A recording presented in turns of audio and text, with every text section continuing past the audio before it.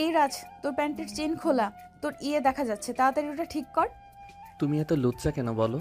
ছোট ভাইয়ের দেখতে তোমার লজ্জা করে না? উম, তুমি কেন আমার থেকে এভাবে তাকিয়ে আছো? আমার লজ্জা করতে যাবে কোন দুঃখে? তুই আমাকে দেখাতে পারিস এখানে তোর লজ্জা করে না, আর আমি এখানে আমার লজ্জা করবে কেন? এই, তোমার চোখ বন্ধ করো। তুমি একদম ফাজিল হয়ে গেছো।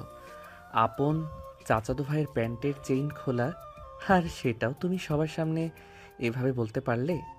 এই বলে রাজ সেখান থেকে কোনো রকমে আড়ালে চলে গেল। আসলে বাড়িতে একটা পার্টি হচ্ছিল, আর সেখানেই বাড়ির সবাই উপস্থিত ছিল। তখনই রাজ সেখানে আসে। তাড়াহুড়ো করতে গিয়ে তার প্যান্টের চেন খোলা ছিল, ওটা সে খেয়াল করেনি। আর পার্টির ভেতরে প্রবেশ করতেই আশা সেটা দেখতে পেল এবং সবার সামনেই তাকে এই কথা বলল। এবং তখনই পার্টিতে থাকা সকল মানুষ রাজের দিকে তাকিয়ে থাকে। তাতে রাজ অনেকটা লজ্জা পেয়েছে, কিন্তু আশার তাতে কিছুই যায় আসে না। কারণ কেউ যদি নিজের শরীরের কাপড়ের খোঁজ না রাখতে পারে, তাহলে এতে অন্য কারো দোষ কেন হবে? রাজ প্যান্টের চেন ঠিক করে আবারও পার্টিতে আসলো। তখনই আশা তাকে দেখে হো হো করে হাসতে থাকলো আর বলল, কিরে, এখন প্যান্টের চেন ঠিক করে এসেছিস নাকি পার্টিতে আবার খুলে যাবে নাচানাচি করতে গিয়ে?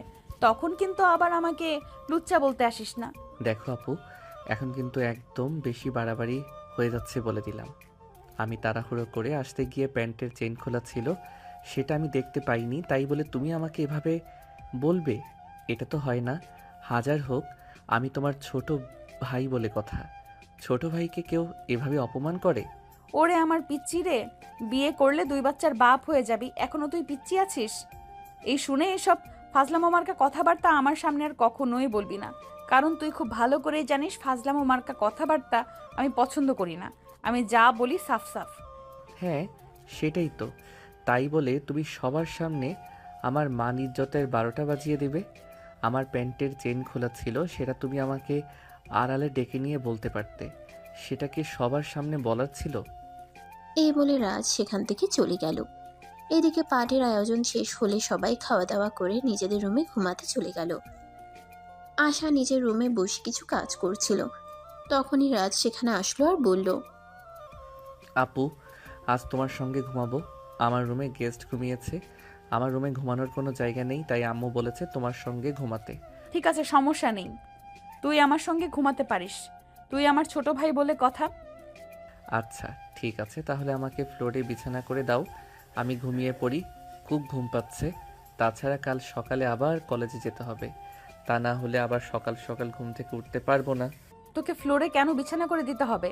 আমার বিছানাটা যথেষ্ট বড়, 2 পাশে 2 জন ঘুমাতে পারবো। তাছাড়া এখন মোটামুটি শীত পড়েছে, ফ্লোরে ঘুমালে ঠান্ডা লেগে যাবে। তোর ফ্লোরে ঘুমানোর কোনো প্রয়োজন নেই, বিছানা করা আছে, তুই গিয়ে ঘুমিয়ে পড়। আমার একটু কাজ আছে, ওটা শেষ করে তারপর আমি ঘুমাবো। না, আমি তোমার সঙ্গে একই বিছানায় ঘুমাবো না। হাজার হোক তুমি একটা মেয়ে, আর তোমার মতো যুবতী একটা মেয়ের সঙ্গে আমি কোনোভাবেই একই বিছানায় ঘুমাতে পারি না।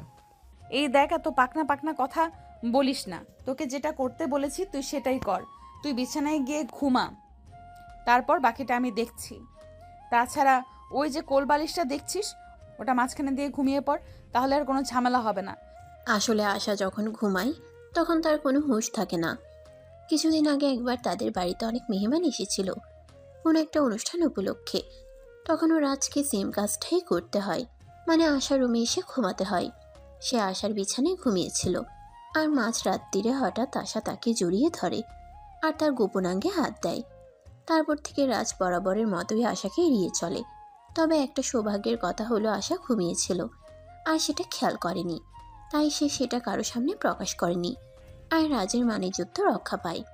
কিন্তু এবার যদি সেরকমটাই হয়, তাই রাজ ভয় পাচ্ছিল। তাই সে আশাকে বলে, আমি তোমার সঙ্গে একই বিছানায় ঘুমাবো না। আমি সোফায় ঘুমিয়ে যাচ্ছি, তুমি বিছানায় ঘুমিয়ে পড়ো। আমার কোনো প্রবলেম হবে না। দেখ, একদম বেশি কথা বলিস না, তাহলে কিন্তু আমি তোকে আমার রুমে থাকতেই দেব না। আমি তোকে যেটা বলছি সেটাই কর, চুপচাপ বিছানায় গিয়ে শুয়ে পড়। রাজ বুঝতে পারলো এখন যদি সে আশার কথা মেনে না নেয়, তাহলে আশা তাকে এই রুমে ঘুমাতেই দেবে না। তাই সে আর কোনো উপায়ান্তর না পেয়ে বিছানার এক পাশে গুটি গুটি মেরে শুয়ে পড়ল, আর তার পাশেই খাটের মাঝ বরাবর কোলবালিশ রেখে দিল। যাতে আশা তাকে জড়িয়ে ধরতে আসলে কোলবালিশটাকে ধরে আর সে রেহাই পেয়ে যায়। তো ভিউয়ার্স, চলুন দেখা যাক শেষ পর্যন্ত কি হয়। তার আগে আপনাদের কাছে এই গল্পের নায়ক নায়িকার পরিচয় দিয়ে দেওয়া যাক। এতক্ষণ আপনারা যাদের কথোপকথন শুনলেন তারাই এই গল্পের নায়ক আর নায়িকা। গল্পের নায়িকার নাম আশা, সে চৌধুরী পরিবারের একমাত্র মেয়ে। আর নায়ক, সেও চৌধুরী পরিবারের একমাত্র ছেলে। আশার বাবা আর রাজের বাবা আপন দুই ভাই। তাদের কোনো বোন ছিল না, তাই তাদের বাবা মা মারা যাওয়ার আগে তাদেরকে বলেছিল যেন তারা দুই ভাই কখনোই পৃথক না হয়, মৃত্যুর আগ পর্যন্ত যেন একসাথেই থেকে যায়। তাই এখনো পর্যন্ত আলাদা খাওয়ার সিদ্ধান্ত নেয় না, তারা এখনো একসঙ্গে রয়েছে। আর দুই ভাই বিয়ে করার পর দুটো সন্তান হয়েছে, তারাই আশা আর রাজ। তো ভিউয়ার্স, চলুন কথা না বাড়িয়ে মূল গল্পের মধ্যে ফিরে আসি। আর বাকি পরিচয় পর্ব না হয় গল্পের মধ্যে থেকেই জেনে নেওয়া যাবে। রাজ ঘুমিয়ে পড়ে। তার প্রায় 1 ঘন্টা পর আশা বিছানায় যায় এবং বিছানার এক পাশে ঘুমিয়ে পড়ে। কিন্তু দুর্ঘটনা ঘটল তার ঠিক 2 ঘন্টা পর। আনুমানিক রাত 1টার মতো বাজে। রাজ নিজের কপালে কারো গরম নিঃশ্বাস অনুভব করছিল। সে চোখ গেলে তাকিয়ে দেখল সে আশার বাহুডোরে অবস্থান করছে। এটা কিভাবে হলো? মাঝখানে তো কোলবালিশ ছিল, তাহলে কোলবালিশ কোথায় গেল আর এখানে কিভাবে আসলো? এটাই চিন্তা করছিল আর নিজেকে ছাড়ানোর চেষ্টা করছিল। তখনই আশা ঘুম ঘুম চোখে বলে ওঠে, আরে কি ব্যাপার, কি সমস্যা তোর? এইভাবে নাড়াচাড়া করছিস কেন? এভাবে নাড়াচাড়া করলে কি ঠিকমতো ঘুমানো যায় নাকি? চুপচাপ শুয়ে থাক আর ঘুমাতে দে। আরে আপু, তুমি আমাকে জড়িয়ে ধরে আছো কেন? আমার তো নিঃশ্বাস নিতে কষ্ট হচ্ছে। প্লিজ আমাকে ছেড়ে দাও, নিজেই ঘুমাও আর আমাকেও ঘুমাতে দাও। এই শোন না, তোকে একটা কথা বলি, শুনবি?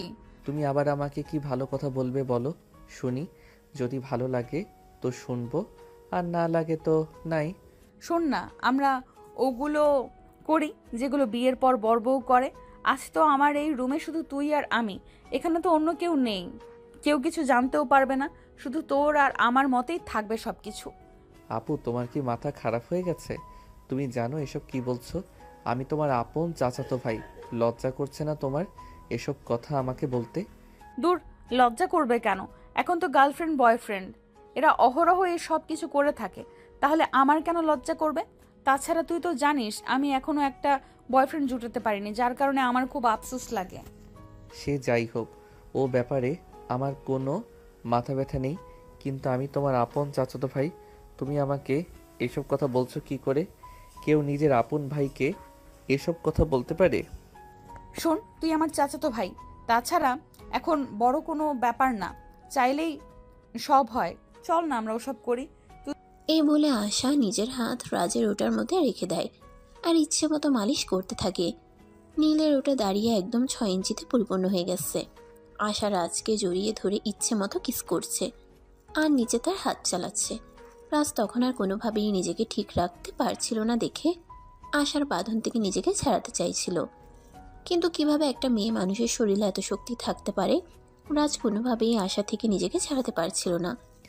আপু প্লিজ, তুমি আমাকে ছেড়ে দাও। তুমি আমার সঙ্গে এরকমটা করো না, তাহলে আমি আমার বউয়ের কাছে কি জবাব দেব? আমি তো নন ভার্জিন হয়ে যাব, তখন তো আমি আমার বউয়ের হক আদায় করতে পারবো না। তুই যদি চাস তাহলে আমি তোকে বিয়ে করব। তাছাড়া তুই হয়তো একটা কথা ভুলে গেছিস, ছোটবেলায় দাদু তোর আর আমার বিয়ে দিয়ে গেছেন। দেখো, ছোটবেলা চড়ুইভাতি খেলায় এসব অনেক কিছু হয়েই থাকে, সেই সব কিছুকে জীবনে ধরে রাখতে হয় না। তাছাড়া এখন তুমিও বড় হয়েছো আর আমিও বড় হয়েছি, আমাদের নিজেদেরকে বুঝবার মতো বয়স হয়েছে। তোমার রুচি আর আমার রুচি সম্পূর্ণ আলাদা।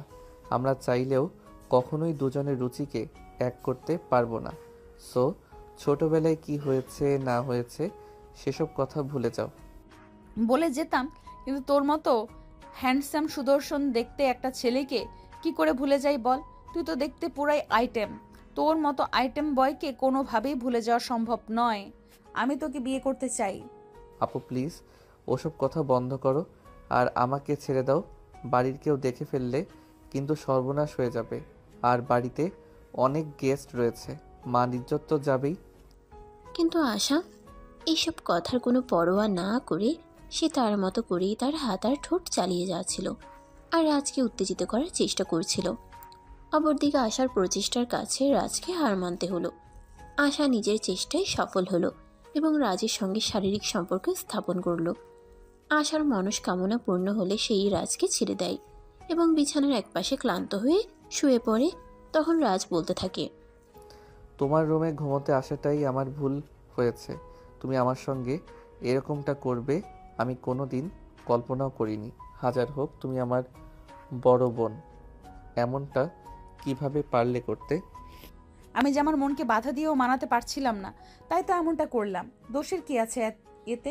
ছোটবেলা থেকে তো আমাদের বিয়ে ঠিক হয়ে আছে। কয়েকদিন পর না হয় ফ্যামিলিকে আমরা বলবো আমরা দুজন দুজনকে বিয়ে করতে চাই, তাহলে তো সব সমস্যার সমাধান হয়ে যাবে। আসলে সত্যি কথা এটাই যে তোমার মাথায় সমস্যা আছে। তোমার মাথায় সমস্যা না থাকলে তুমি এই কথাগুলি কখনোই বলতে পারবে না।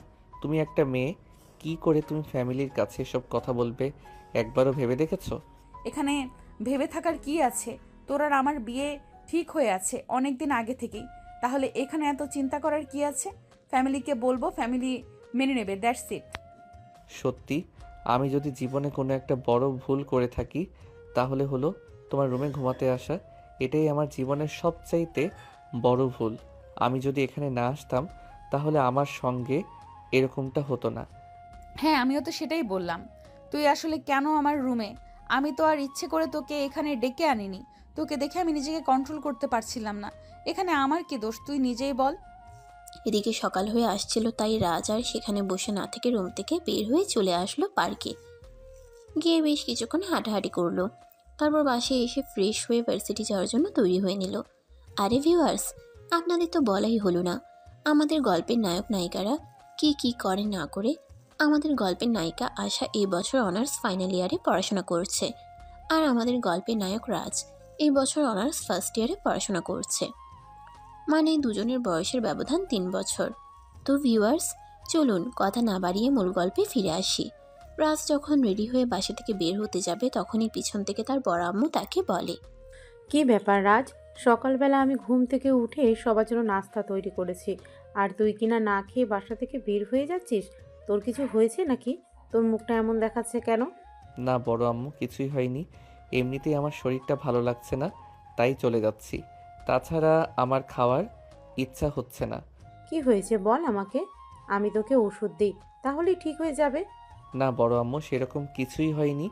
আমার ওষুধ লাগবে না। আমি ক্যান্টিন দেখে কিছু খেয়ে নেব।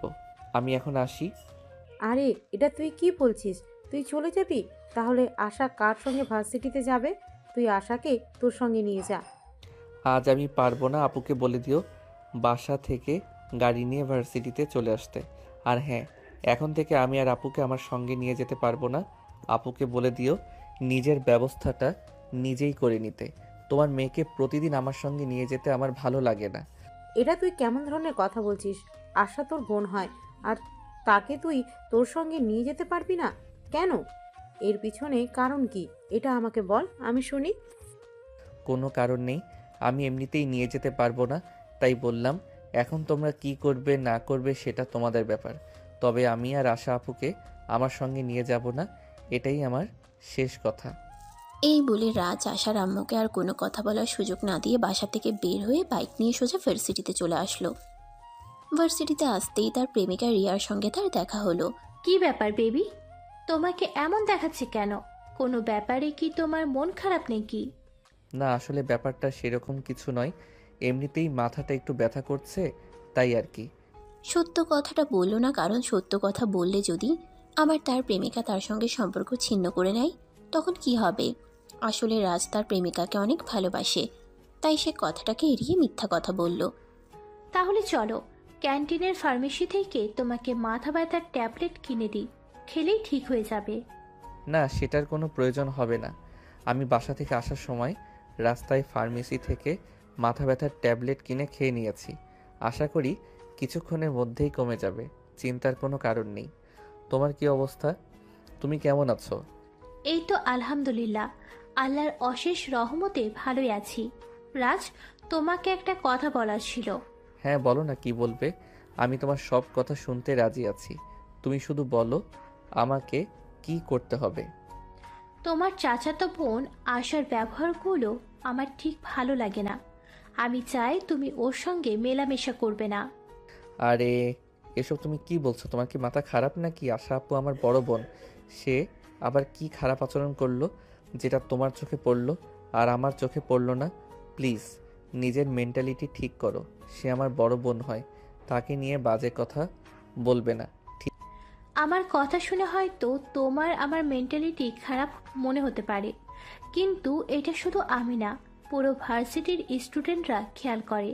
আর অনেকেই আমাকে বলেছে সে নাকি তোমার সঙ্গে ঘাড়ে পড়ে মিশতে চায়। দেখো, তুমি আমার ফ্রেন্ড, আমি চাই না তুমি আমার সামনে অন্য একটা মেয়ের সঙ্গে ইটিস পিটিস করো। এগুলো আমার সহ্য হবে না, তাই আমি তোমাকে বললাম। ঠিক আছে, এই ব্যাপারে যদি তোমার কোনো সন্দেহ থাকে তাহলে আমি আশা আপুর সঙ্গে আর কোনো কথাই বলবো না। তবে তোমাকে আমি হারাতে পারবো না, কারণ তোমায় আমি ভালোবাসি। প্লিজ তুমি আমাকে ভুল বোঝো না। দেখো, আমিও তোমায় ভালোবাসি আর বিশ্বাস করি। এখানে ভুল বোঝাবুঝির কিছুই নেই। এটা হলো সত্য মিথ্যার প্রশ্ন।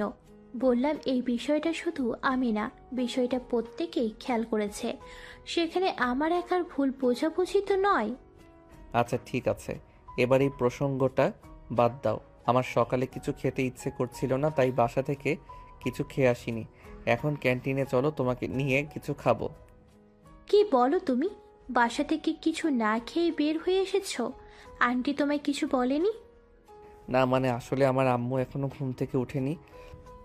গতকাল তো আমাদের বাড়িতে একটা পার্টি আয়োজন ছিল, সেটা তো তুমি জানোই। আম্মুর শরীরটা হয়তো ক্লান্ত লাগছে, তাই আম্মু তখনও ঘুমাচ্ছিল। বড় আম্মু সকালে ঘুম থেকে উঠে সবার জন্য নাস্তা বানিয়েছে, কিন্তু আমার খেতে ইচ্ছে করছিল না, তাই না খেয়ে চলে এসেছি। রিয়া তখন আর কোনো কথা না বলে রাজকে নিয়ে ভার্সিটির ক্যান্টিনে চলে গেল। আর তারপর দুজনে সেখানে নাস্তা করে ক্যান্টিন থেকে বের হতে যাবে, তখনই তাদের সামনে আশা এসে দাঁড়ালো। আর তারপরেই বলতে লাগলো, কিরে, তোর এত বড় সাহস? তুই আমাকে না নিয়ে ভার্সিটিতে চলে এসেছিস। তোকে আমি কতবার বলেছি তুই আমাকে না বলে কোথাও যাবি না। আমি তোকে না দেখলে কষ্ট পাই। কথাটা শোনা মাত্র রিয়া রাজকে বলতে লাগলো, এবার তো তুমি বুঝতে পারলে আমার কথা বলার কারণ কি। এই মেয়েটা তোমার সঙ্গে এমন এমন বিহেভ করে যাতে আমি না, শুধু ভার্সিটির প্রত্যেকটা স্টুডেন্ট মনে করে তোমাদের দুজনের মধ্যে কোনো সম্পর্ক চলছে। আশা আপু দেখো, আমি তোমার বাপের সম্পত্তি নই যে তোমার যেভাবে ইচ্ছে আমাকে সেভাবে ব্যবহার করবে। তাই আমি তোমাকে শেষবারের মতো বলছি, তুমি আমার সঙ্গে এরকম করো না। তুমি খুব ভালো করে জানো আমি রিয়াকে ভালোবাসি আর রিয়াকে বিয়ে করব। প্লিজ তুমি আমাকে আর বিরক্ত করো না। তুই বলবি আর আমি তোকে ছেড়ে দিয়ে চলে যাব? এমনটা তো হতে পারে না, কারণ তুই খুব ভালো করে জানিস আমাদের ফ্যামিলিতে বড়দের কথা কতটা মানা হয়। আর আমাদের দাদু ছোটবেলায় তোর সঙ্গে আমার বিয়ে ঠিক করে গেছে। এখন তুই ভাবলি কি করে যে আমি তোকে এই মেয়েটার হাতে তুলে দিয়ে দেবদাস হয়ে চলে যাব? শোনো, তোমাকে আমি আগেও বলেছি আর এখনও বলছি, কে কি বলেছে আর কে কি করেছে সেসব ব্যাপারে আমার বিন্দু মাত্র মাথা ব্যথা নেই। আমি তোমাকে বিয়ে করব না, এটাই শেষ কথা। কারণ আমি রিয়াকে ভালোবাসি, তোমাকে নয়। তুই আমাকে ভালোবাসিস না তাতে কি হয়েছে? ভালোবেসে নিবি। তাছাড়া ভালোবাসা কি জিনিস সেটা বোঝার মতো বয়স তোর এখনো হয়নি। তুই এখনো আবেগ দিয়ে সবকিছু চিন্তা করিস, তাই তুই বুঝতে পারিস না। কিন্তু বিশ্বাস কর, আমি সত্যি তোকে অনেক বেশি ভালোবাসি। আরে, এই মেয়ে কেমন নির্লজ্জ বেহায়া।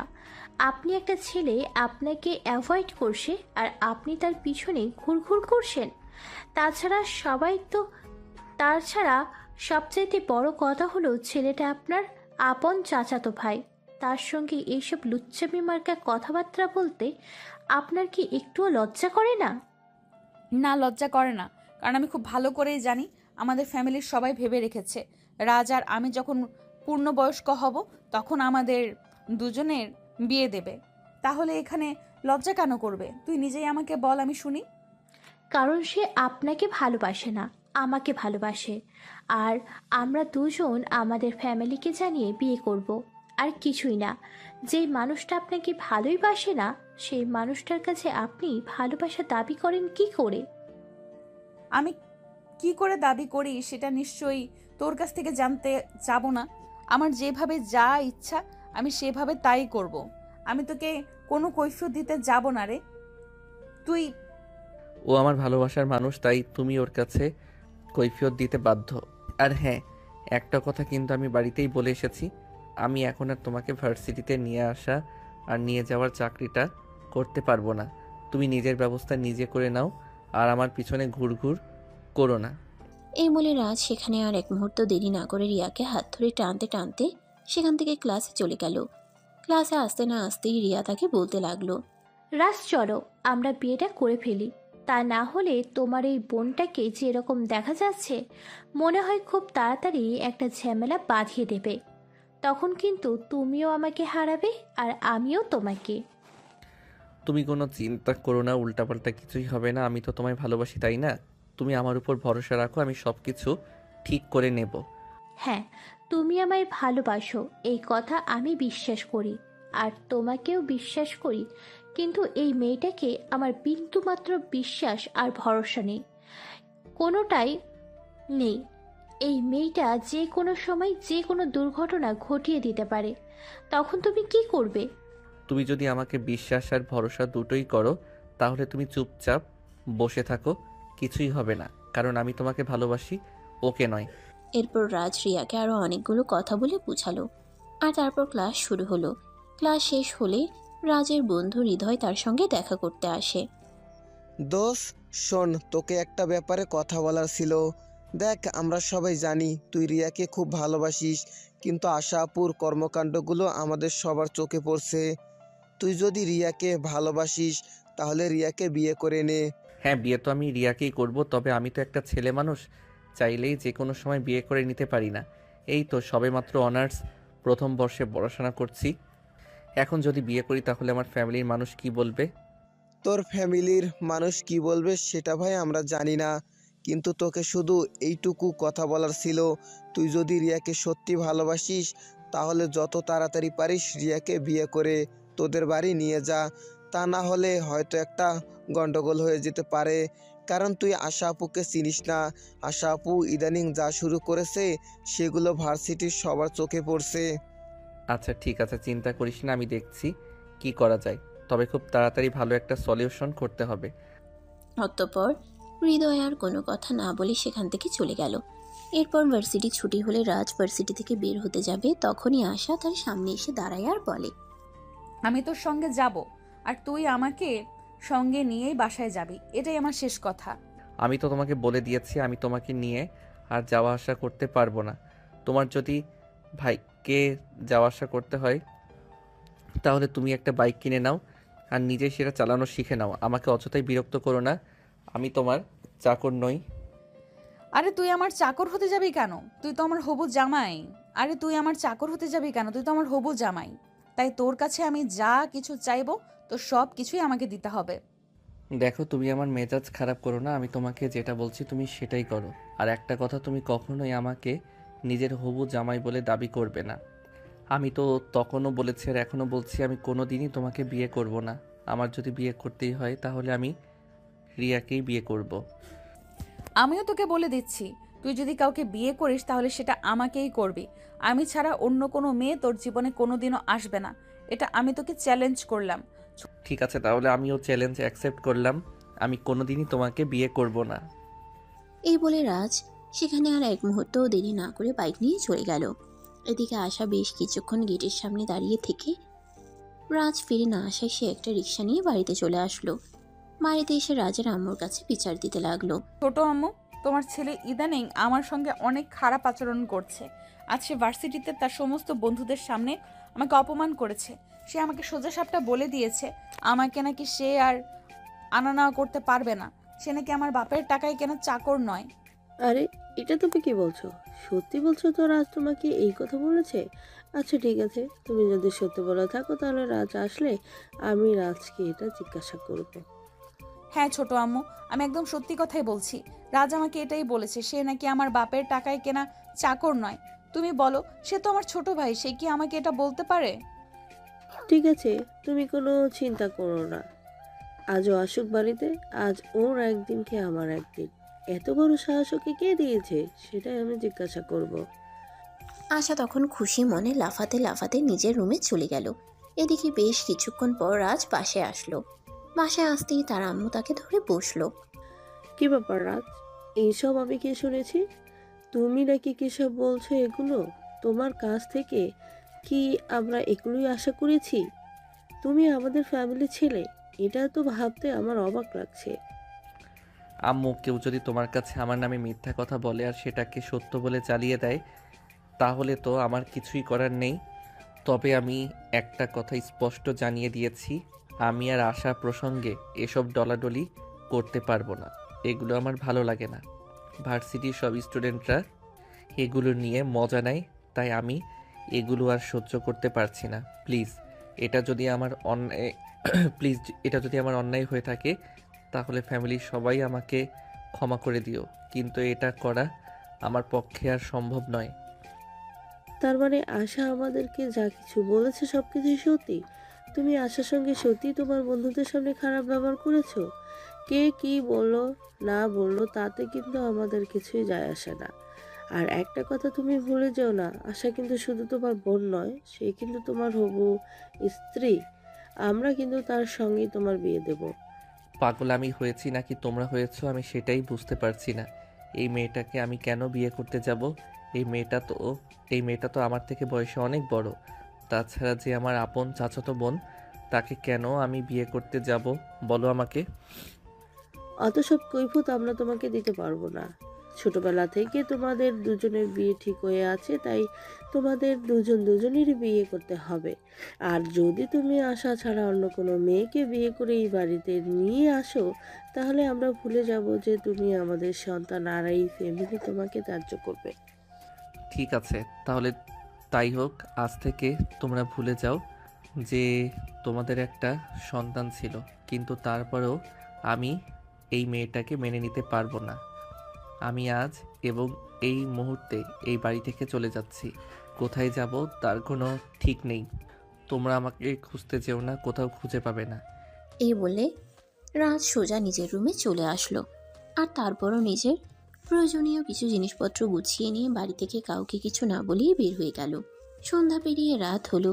রাত তখন আনুমানিক 11টার মতো বাজে। সবাই খাবার টেবিলে খাবার নিয়ে অপেক্ষা করছে, কিন্তু কেউ রাজকে কোথাও দেখতে পাচ্ছে না। তখনই আশা তার ছোট আম্মুকে প্রশ্ন করলো। কি ব্যাপার ছোট আম্মু, রাজকে কোথাও দেখতে পাচ্ছি না কেন? আমি তো সারা দিন তোর নতুন না যে খুঁজছি, ওকে তো কোথাও দেখতে পেলাম না। রাজ কোথায় গেছে? ওকে কি তুমি ফোন দিয়েছিলে? সে কোথায় গেছে আমি কিছুই জানি না, যে আমার কাছে কিছুই বলে যায়নি। তাছাড়া সে যখন বাসায় এসেছিল তখন আমি তোমার ব্যাপারে এই কথা বলেছিলাম, যে সে আমাকে স্পষ্ট জানিয়ে দিয়েছে প্রয়োজন হলে সেই বাড়ি ছেড়ে চলে যাবে, কিন্তু তোমাকে সে কোনোভাবেই বিয়ে করবে না। এটা নিয়ে তার সঙ্গে ঝামেলা হয়েছিল। তাহলে তুমি আমাকে এই কথাটা তখন বললে না কেন? আমি ওকে আটকে দিতাম। কিন্তু এখন সে কোথায় গেছে এটা আমরা কিভাবে জানবো? আর তাকে কিভাবে খুঁজে আনবো? এত চিন্তার কিছুই নেই, সে এখন আর ছোট বাচ্চা নয়। তার ইচ্ছে মতো সবকিছু হবে না এই বাড়িতে। যেখানে ইচ্ছে সেখানে যাক, যখন এই আবেগ ফুরিয়ে যাবে তখন সে নিজেই এই বাড়িতে চলে আসবে। সন্ধ্যা পেরিয়ে রাত হলো। রাত তখন আনুমানিক 11টার মতো বাজে। সবাই খাবার টেবিলে খাবার নিয়ে অপেক্ষা করছে, কিন্তু কেউ রাজকে কোথাও দেখতে পাচ্ছে না। তখনই আশা তার ছোট আম্মুকে প্রশ্ন করলো। তখন কেউই আর এই বিষয়ে কোনো কথা বলল না। সবাই খাওয়া দাওয়া করে নিজেদের রুমে চলে গেল।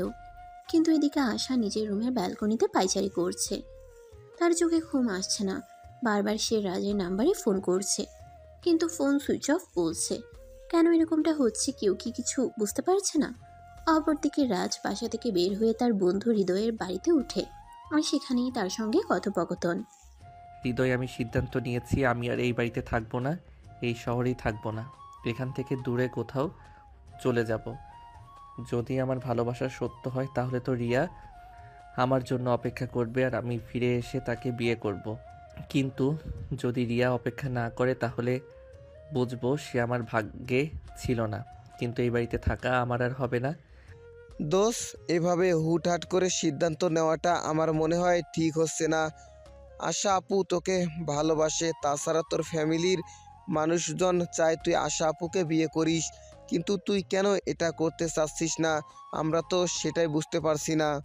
আমার ফ্যামিলির মানুষগুলোর সঙ্গে তোরও কি মাথা খারাপ হয়েছে নাকি যে আমি এই বুড়ো মেয়েটাকে বিয়ে করব? আমি কখনোই এই মেয়েটাকে বিয়ে করব না। তাছাড়া তোরা সবাই জানিস রিয়াকে আমি ভালোবাসি। সেখানে এই মেয়েটাকে বিয়ে করার প্রশ্নই ওঠে না, যে কিনা আমার থেকে 3 বছরের সিনিয়র। ঠিক আছে ভাই, তোর যেটা ভালো মনে হয় তুই সেটাই কর। তোর ব্যক্তিগত ব্যাপারে কোনো কথা বলতে চাই না। যাই হোক, তুই কি তোর আম্মুর কাছে কিছু বলে এসেছিস? না, আমি কারোর কাছে কিছু বলে আসিনি। কেউ যখন আমার কথা চিন্তা করবে না, তাহলে আমি কেন তাদের কথা চিন্তা করতে যাব? যাই হোক দোস্ত, তোর সঙ্গে একটা কথা বলতে এসেছি। হ্যাঁ বল, কি বলবি? তুই আমার বেস্ট ফ্রেন্ড, আর তোর জন্য আমি সব কিছুই করতে পারি। দোস্ত, তুই তো খুব ভালো করে জানিস আমি বাড়ি থেকে রাগ করে চলে এসেছি। আমি বাড়ি থেকে নিজের খরচের জন্য কোনো টাকা পয়সা নিয়ে আসিনি। তোর কাছে যদি টাকা থাকে তাহলে তুই আমাকে কিছু টাকা দিয়ে সহযোগিতা কর। তারপর আমি যখন ফিরে আসব তখন তোর টাকাটা ফেরত দিয়ে দেব। আচ্ছা দোস্ত, ঠিক আছে, কোনো সমস্যা নেই। আমার কাছে কিছু জমানো টাকা আছে, আমি ওগুলো তোকে দিছি। তুই এগুলো তোর কাছে রাখ। তোর যখন সময় হবে তুই তখন আমাকে ফেরত দিস, কোনো সমস্যা নেই। এই বলে হৃদয় তার কাছে থাকা 30,000 টাকা রাজের হাতে তুলে দিল। আর রাজ সেই টাকাটা হাতে নিয়ে হৃদয়ের কাছ থেকে বিদায় নিয়ে হৃদয়ের বাসা থেকে বের হয়ে পড়ল অজানা এক গন্তব্যে। এরপর চলে গেল 2 দিন। রাজের কোনো খোঁজ নেই। তার ফ্যামিলির মানুষজন সারা শহর তন্ন তন্ন করে খুঁজেছে, কিন্তু কোথাও তাকে খুঁজে পায়নি। ভার্সিটিতেও তার কোনো খোঁজ পাওয়া যাচ্ছে না। এদিকে রিয়া তো রাজকে ফোনে না পেয়ে একদম পাগলের মতো হয়ে গেছে। তাই সে সেদিন ভার্সিটিতে আশাকে দেখতে পেয়ে আশার সামনে গিয়ে দাঁড়ায়। এই মেয়ে, কি করছো তুমি আমার রাজের সঙ্গে? আমার রাজ আমার সঙ্গে কথা বলছে না কেন? তার ফোন সুইচ অফ বলছে কেন? আমি আবার রাজের সঙ্গে কি করতে যাব? আমি রাজের সঙ্গে কিছুই করিনি। রাজের সঙ্গে তার আম্মুর কথা কাটাকাটি হয়েছে, আর সে বাড়ি থেকে বের হয়ে গেছে। আমরা সবাই তাকে খুঁজতেছি, কিন্তু কোথাও খুঁজে পাচ্ছি না। মিথ্যে কথা বলছো তুমি। তুমি নিশ্চয়ই আমার রাজের সঙ্গে উল্টোপাল্টা কিছু করেছো, তাই রাজ রাগ করে কোথাও চলে গেছে। তবে বিশ্বাস করো, আমার রাজের যদি কিছু হয় তাহলে আমি কিন্তু তোমাকে ছেড়ে দেব না। আসছে খারাপের বংশধর। এই মেয়ে, যা, তোর যা ইচ্ছা তুই তাই করিস। আমার সঙ্গে কথা বলতে এসেছিস কেন? আমি কি তোকে বলেছি আমি তোর রাজের খোঁজ তোকে দেব? যা আমার চোখের সামনে থেকে। একা তো আছে নিজের যন্ত্রণায়, আর এদিকে উনি আসছে আমাকে আরো যন্ত্রণা দিতে। এরপর আশা রিয়াকে আরও কয়েকটা কথা শুনিয়ে দিয়ে সেখান থেকে চলে গেল। বাড়িতে সবার মাথায় একটা চিন্তাই ঘুরপাক খাচ্ছে। রাজ তো কখনোই এভাবে কাউকে কিছু না বলে কোথাও যায় না, তবে এবার কোথায় গেল? তাছাড়া তার ফোন কেন অফ? এইসব চিন্তা করে কেউই কোনো কুল কিনারা পাচ্ছে না। অপরদিকে রাজ চট্টগ্রাম চলে এসেছে।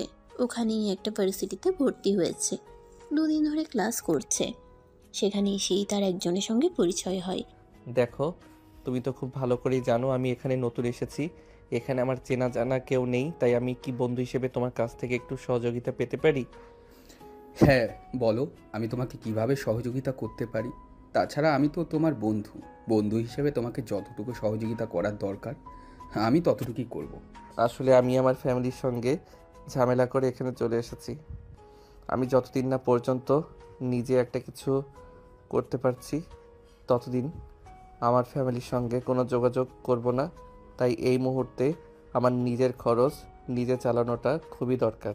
ও আচ্ছা, এই ব্যাপার, আমি বুঝতে পেরেছি। যাই হোক, কোনো সমস্যা নেই, চিন্তা করো না তুমি। আমি দেখছি তোমার জন্য একটা টিউশনের ব্যবস্থা করতে পারি কিনা।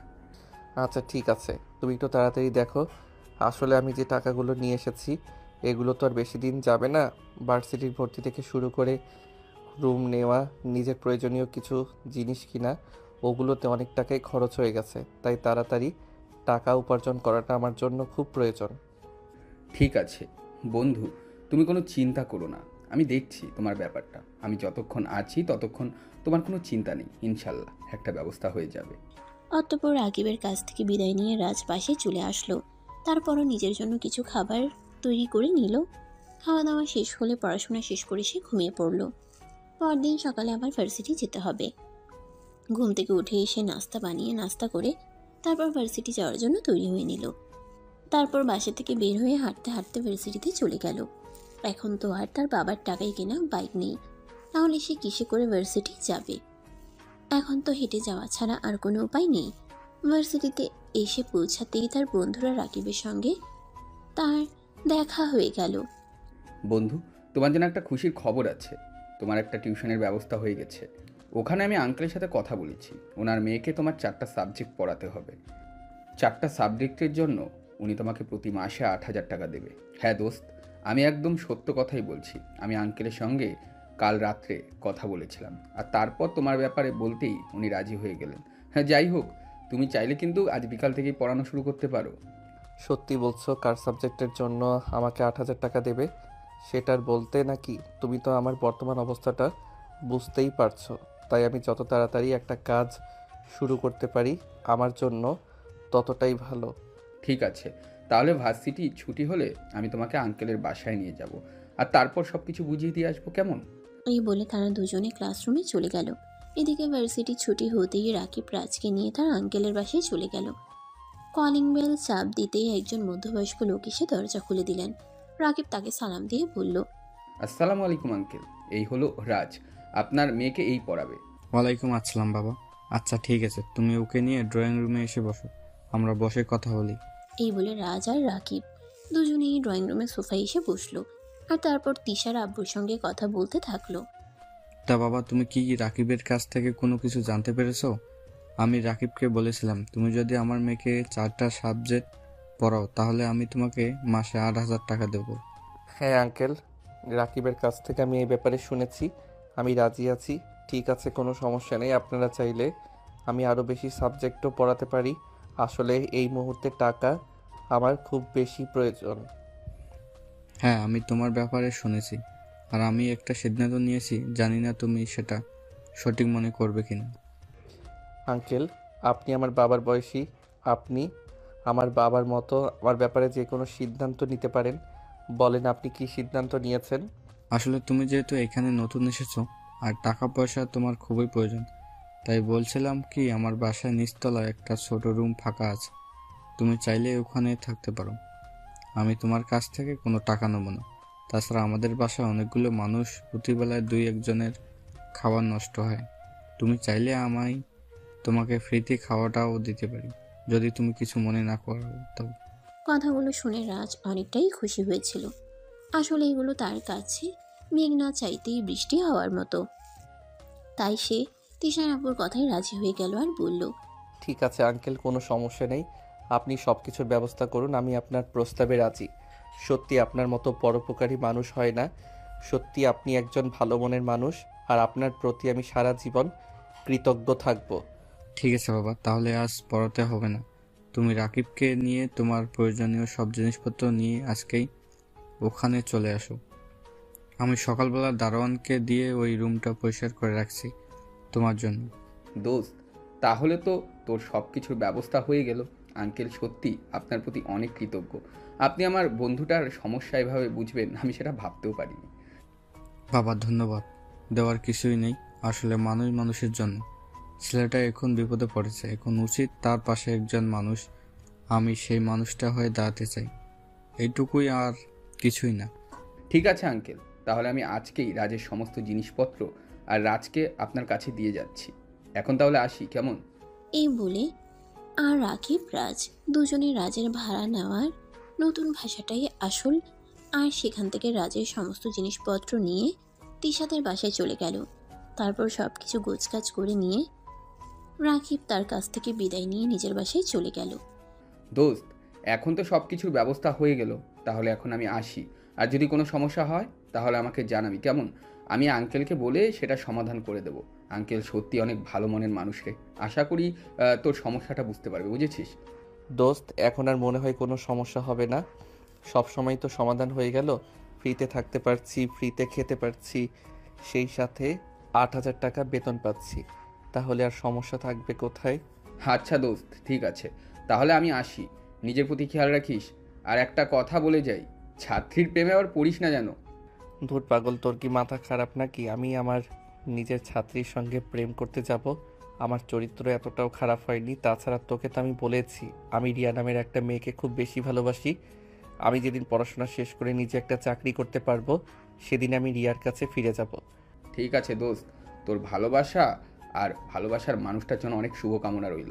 তোদের ভালোবাসা পরিপূর্ণতা পাক। আসি রে। এই বলে রাকিব রাজের কাছ থেকে বিদায় নিয়ে তার বাসায় চলে গেল। কিছুক্ষণ পরে তিশার আব্বু রাজকে রাতের খাবার দিতে আসলো। এই নাও বাবা, তোমার আজকের আজ প্রথম দিন, তাই তোমাকে খাবারটা তোমার রুমে দিয়ে গেলাম। আমাদের সঙ্গে ডাইনিং টেবিলে বসে খাবার খাবে। আচ্ছা আঙ্কেল, ঠিক আছে, আপনাকে অসংখ্য ধন্যবাদ। সত্যি আপনি আমাকে এত বড় একটা উপকার করবেন বুঝতে পারিনি। বাবা, মানুষ মানুষের জন্য। আমি রাকিবের কাছে শুনেছি তোমার সমস্যার কথা, তাই একটুকু সাহায্য করা আমার কর্তব্য। তাছাড়া আমার কোনো ছেলে সন্তান নেই। তুমি আমার বাড়িতে আমার ছেলে সন্তানের ন্যায় থাকতে পারো। অতঃপর তিশার আব্বু রাজের কাছ থেকে বিদায় নিয়ে সেখান থেকে চলে গেল। আর এদিকে রাজ খাবার খেয়ে তারপর ঘুমিয়ে পড়ল। পরদিন সকালবেলা ঘুম থেকে উঠতে না উঠতেই রাজ দরজায় কোনো মেয়ে মানুষের গলার আওয়াজ শুনতে পেল। রাজ ঘুম ঘুম চোখে দরজাটা খুলল। আসসালামু আলাইকুম, আমি তিশা। আপনি নিশ্চয়ই আমার নতুন টিউটর? ওয়ালাইকুম আসসালাম। হ্যাঁ, আমি তোমার নতুন টিউটর। এখন বলো কেন এসেছো? আপনাকে তো গতকাল আব্বু বলে গেছিল সকালে নাস্তার টাইম হওয়ার আগে ডাইনিং টেবিলে চলে যেতে, কিন্তু আপনি এখনো ডাইনিং টেবিলে আসলেন না কেন? তাই আব্বু আমাকে পাঠিয়েছে আপনাকে নিয়ে যেতে। ও আসলে গতকাল রাতে আমার একটু কাজ ছিল, ওটা শেষ করে ঘুমোতে দেরি হয়ে গেছে, তাই সকালবেলা ঘুম ভাঙছিল না। ঠিক আছে, তুমি যাও, আমি 5 মিনিটের মধ্যে ফ্রেশ হয়ে তারপর আসছি। ঠিক আছে, আপনি কিন্তু তাড়াতাড়ি চলে আসবেন। আমরা সবাই নাস্তা দিলে আপনার জন্য অপেক্ষা করছি। এই বলে তিশা সেখান থেকে চলে গেল। এদিকে রাজ ফ্রেশ হয়ে কিছুক্ষণ পর খাবার টেবিলে গেল। তখনই তিশার আব্বু বলল, কি ব্যাপার রাজ, এত লেট হলো কেন? আসলে আঙ্কেল, কাল রাতে সব গুছিয়ে রেখে ঘুমাতে দেরি হয়ে গেছিল, তাই আজ সকালে ঘুম থেকে উঠতে পারিনি। আচ্ছা ঠিক আছে, শোনো তিশা, কলেজে চলে যাবে আর তোমার আন্টি আর আমি দুজনেই অফিসে চলে যাব। তোমার খাবারটা ডাইনিং টেবিলে রাখা থাকবে, তুমি একটু খেয়ে নিও কষ্ট করে। আচ্ছা আঙ্কেল, ঠিক আছে, কোনো সমস্যা নেই, আপনারা আমাকে নিয়ে কোনো চিন্তা করবেন না। অতঃপর খাওয়া দাওয়া শেষ করে নীল রুম থেকে বের হয়ে নিজের রুমে চলে গেল। তারপর রেডি হয়ে ভার্সিটিতে চলে গেল। ভার্সিটি শেষ হলো বিকেল 3টায়। তারপর বাসায় এসে ফ্রেশ হয়ে খাবার খাচ্ছিল। তখনই তিশা সেখানে এসে উপস্থিত হলো। আসসালামু আলাইকুম স্যার, আমি কি বইপত্র নিয়ে ড্রয়িং রুমে চলে আসব, নাকি আপনি আমার রুমে গিয়ে আমাকে পড়াবেন? ওয়ালাইকুম আসসালাম।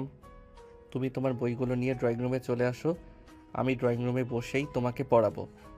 আচ্ছা স্যার, ঠিক আছে, কোনো সমস্যা নেই। তাহলে আপনি খাবারটা শেষ করুন, আমি এক্ষুনি আসছি। আচ্ছা ঠিক আছে, তুমি এক্ষুনি চলে আসো, আমার খাওয়া প্রায় শেষ হয়ে এসেছে।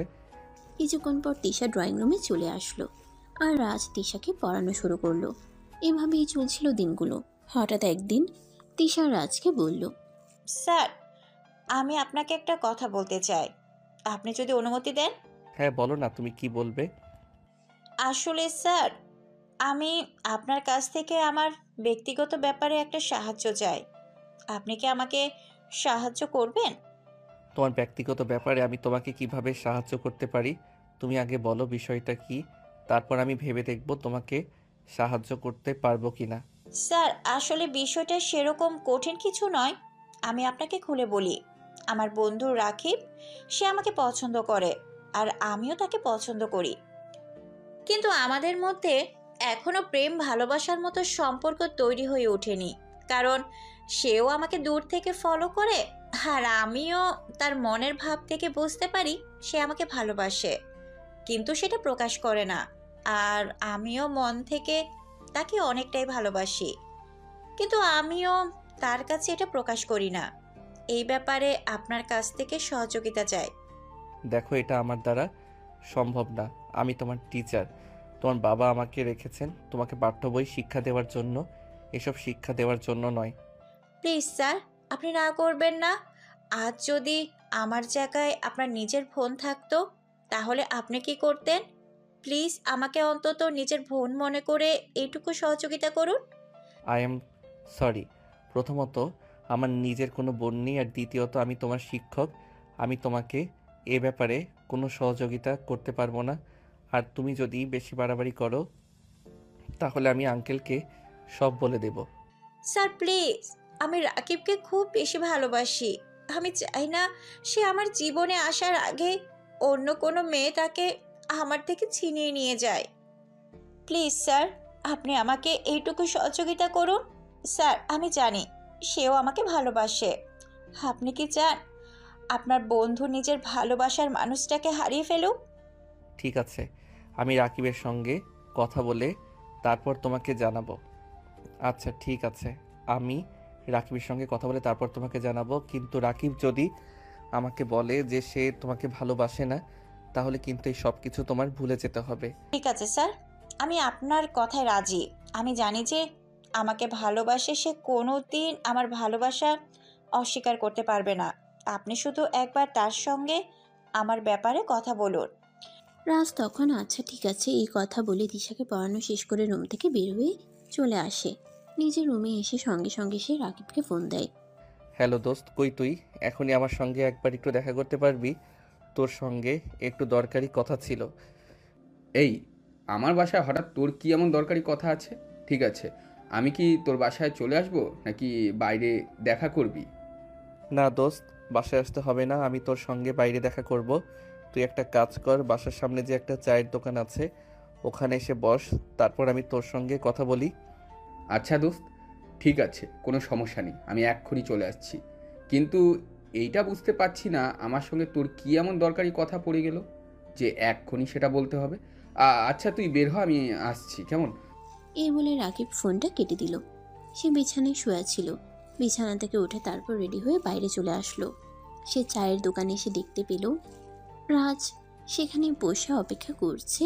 সে রাজের পাশে গিয়ে বসলো আর তারপর বলল, হ্যাঁ, আচ্ছা দোস্ত, এবার তো বল কি হয়েছে আসল ব্যাপারটা। আর তুই আমাকে এত তাড়াতাড়ি ডাকলি কেন? আসলে দোস্ত, তোর ব্যাপারে একটা কথা বলতে চাই।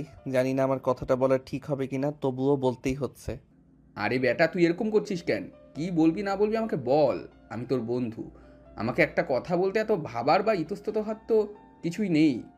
দোস্ত, তুই কি কাউকে ভালোবাসিস? আই মিন, কারোর সঙ্গে প্রেম টেম করছিস নাকি?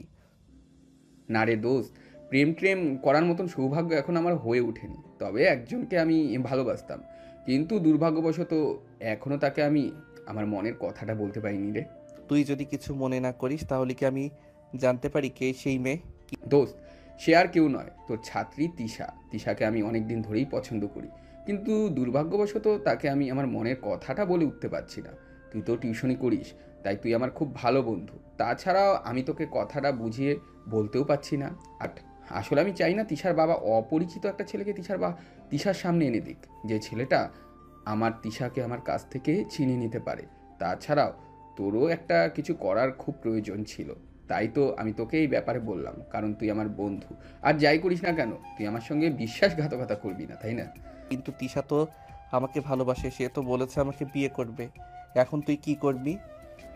হতেই পারে না, তুই কোনোদিনও এটা করবি না, কারণ তুই আমার বন্ধু। তুই কোনোদিনই তোর বন্ধুর সঙ্গে বিশ্বাসঘাতকতা করবি না। তিশারও যদি তোকে ভালোবাসে, তিশাও যদি তোকে ভালোবাসে, তবুও তুই তিশাকে আমার কাছ থেকেই এনেই দিবি। কিন্তু আমি কখনোই এরকমটা করব না, কারণ তিশার বাবার বিশাল সম্পত্তি, যার একমাত্র উত্তরাধিকারী তিশা। তাই তিশা যখন আমাকে ভালোবেসে বলেছে আমি তিশাকেই বিয়ে করব, আমি কোনো রিস্ক নিতে চাই না। আমি তিশার বাবার সঙ্গে আজকেই কথা বলবো আমাদের বিয়ের ব্যাপারে। দোস্ত প্লিজ, তুই এটা করিস না। তিশাকে আমি অনেক বেশি ভালোবাসি, তিশাকে হারিয়ে আমি বেঁচে থাকতে পারবো না। তুই আমার বন্ধু, তুই আমার সঙ্গে এরকম করতে পারিস না। প্লিজ দোস্ত, তিশাকে তুই আমার কাছে ফিরিয়ে দে। দিব না আমি, কারণ তিশা আমাকে ভালোবাসে আর আমিও তিশাকে ভালোবাসি। আর তোকে ওই যে বলেছিলাম না পুরনো প্রেম, ওইসব কিছুই না। যাকে আমি ছেড়ে থাকি তার পিছনে কেন আমি পড়ে থাকবো? তিশা আমাকে ভালোবাসে আর আমিও তিশাকে ভালোবাসি। তাই আমরা আজকে তিশার বাবার সঙ্গে কথা বলবো আর আমাদের বিয়ের ব্যাপারে এগোবো। প্লিজ দোস্ত, এইটাতে না করিস না প্লিজ। আমার প্রথম আর শেষ ভালোবাসা, তাকে ছাড়া আমি বাঁচতে পারবো না। তুই আমার কাছ থেকে আমার বেঁচে থাকার ইচ্ছাটাকে কেড়ে নিস না দোস্ত। আমি তো দুই পায়ে ধরি বন্ধু, বন্ধু হিসাবে এইটুকু কর আমার জন্য। তুই তো আমাকে বলেছিস তুই রিয়া নামে কাউকে ভালোবাসিস, তাহলে কেন তুই এই মেয়েটাকে ঠকাবি? কারণ শুধু একটাই, তিশার বাবার অঢেল সম্পত্তি আর তিশা দেখতে যথেষ্ট সুন্দরী, তাই আমি তিশাকে বিয়ে করব। প্লিজ তুই আমাদের দুজনের মাঝখানে আসিস না। রাজ, তুই আমার বন্ধু হয়ে তুই এটা করতে পারলি? তুই আমার ভালোবাসার মানুষটাকে এভাবে আমার কাছ থেকে কেড়ে নিবি, এটা আমি কোনোদিনও কল্পনা করিনি রে। ঠিক আছে দোস্ত, ভালো থাকিস। আমি আর কোনোদিনও তোদের সামনে আসবো না, দাঁড়াবো না।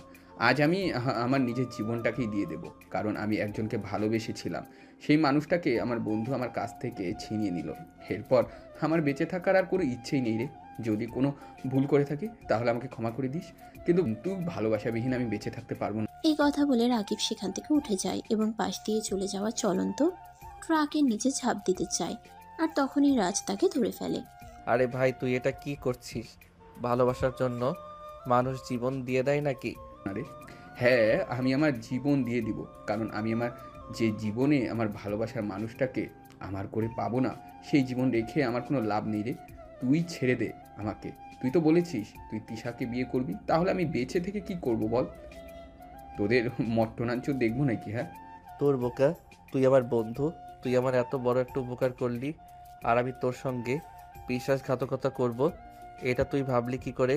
আসলে তিশাও তোকে ভালোবাসে, সে এটাই আমাকে বলেছিল। তাই আমি তোকে একটু পরীক্ষা করে দেখে নিলাম তুই তিশাকে কতটা ভালোবাসিস। হাজার হোক সে আমার ছাত্রী। তুই সত্যি বলছিস তো তিশা আমাকে ভালোবাসে? দোস্ত তুই প্লিজ সত্যি কথা বল। তিশার থেকে এ কথা বলছে, তিশা তোকে এ কথা বলছে কি না, আমি আর অন্য কিছু বলতে পারছি না। প্লিজ দোস্ত তুই আমাকে সত্যি কথাটা বল না। হ্যাঁ রে ভাই, হ্যাঁ, আমাকে বলেছে সে তোকে ভালোবাসে।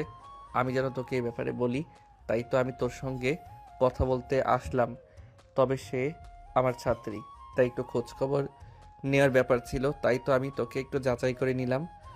তো এবার তোর ছাত্রীর জামাই বানাবি তো আমাকে? হ্যাঁ অবশ্যই, একবার নয় 100 বার। তোকে আমার ছাত্রীর জামাই না বানিয়ে কোনো উপায় আছে নাকি? তুই যদি মরে যাস তাহলে ড্রাইভার নেবে, তার চাইতে বরং ভালো হয় এটা যে আমি আমার ছাত্রীর সঙ্গে তোর প্রেমের সম্পর্কটাকে ঠিক করে দেই। দোস্ত তুই সত্যি বলছিস তো তিশার সঙ্গে আমার সম্পর্কটা তুই ঠিক করে দিবি? আসলে দোস্ত আমি একটু লাজুক প্রকৃতির, আমি কখনো আমার মনের কথাটা কাউকে সেভাবে বলে উঠতেই পারি না। তাই তো তিশাকে আমি আমার মনের কথাটা বোঝাতেই পারছিলাম না। কিন্তু দোস্ত তুই সত্যি আমাকে অনেক বড় একটা উপকার করেছিস রে। তোর উপকারের কথা আমি কোনোদিনই ভুলবো না। এই বলে রাকিব রাজকে জড়িয়ে ধরে কাঁদতে থাকে। তখন রাজ রাকিবকে বলে, আরে বোকা ছেলে, তুই এভাবে কান্না করছিস কেন? তুই আমার বন্ধু, তোর জন্য এইটুকু করা আমার কর্তব্য। তাছাড়া তুই আমার অনেক উপকার করেছিস, তোর জন্য এইটুকু করতে যদি না পারি তাহলে তো নিজেকে স্বার্থপর মনে হবে। এই নে, এটা তিশার নাম্বার, তিশা আমাকে দিয়েছে, বলেছে তোকে দিতে। ঠিক আছে দোস্ত, thank you so much, you are so great. তুই অনেক ভালো থাকিস রে জীবনে। অতঃপর দুজনে বেশ কিছুক্ষণ চায়ের দোকানে বসে আড্ডা আর গল্পগুজব করে। তারপর যে যার যার বাসায় চলে গেল। পরদিন বিকালবেলা রাজ যখন তিশাকে পড়াতে আসলো, তখনই তিশা রাজকে বলল, স্যার আপনি তো আমাকেও ওর ব্যাপারে কিচ্ছু বললেন না। আপনি যে আমাকে বলেছিলেন আপনি রাকিবের সঙ্গে কথা বলে আমাকে জানাবেন। হ্যাঁ, আসলে তোমাকে কি করে বলবো সেটাই ভেবে পাচ্ছিলাম না। আসলে রাকিব তো আমাকে বলো সে তোমাকে নয় তোমার বান্ধবী প্রিয়াকে পছন্দ করে। স্যার আমি কনফার্ম আপনি মিথ্যা কথা বলছেন। এটা কখনোই হতে পারে না। রাকিব আমাকেই পছন্দ করে আর আমাকেই ভালোবাসে। ডাহা মিথ্যা কথা বলছেন। আরে বাবা, আমি কেন মিথ্যা কথা বলতে যাব? আর আমার মিথ্যা কথা বলে লাভটাই বা কি? আমি যা সত্য তাই বলছি। রাকিব তোমাকে পছন্দ করে না, তোমার বান্ধবীর প্রিয়াকে পছন্দ করে। তাই প্রতিদিন কলেজ ছুটির পর এদিকে আসতে তোমার বান্ধবী প্রিয়াকে দেখতে। আপনি যদি গলায় ছুরি ধরে ওইটা বলেন তারপরও আমি এটা বিশ্বাস করব না, কারণ রাকিব আমাকেই পছন্দ করে, আমার বান্ধবী প্রিয়াকে নয়। সে আমাকে ভালোবাসে, আর কে আমাকে ভালোবাসে না এটা বোঝার মতো যথেষ্ট বয়স আর বুদ্ধি আমার হয়েছে। তাই আমি নিশ্চিত আপনি মিথ্যা কথা বলছেন। সত্য বলে যে মিথ্যাবাদী শাস্তি হয় এটা তোমার কাছে দেখলাম। সত্যি আমি সত্য কথা বলছি, আর তুমি আমাকে মিথ্যাবাদী প্রমাণ করে দিলে। না, আপনি একদম সত্যি কথা বলছেন না। আপনি আমাকে মিথ্যা কথা বলছেন। রাকিব আমাকেই পছন্দ করে আর আমাকেই ভালোবাসে।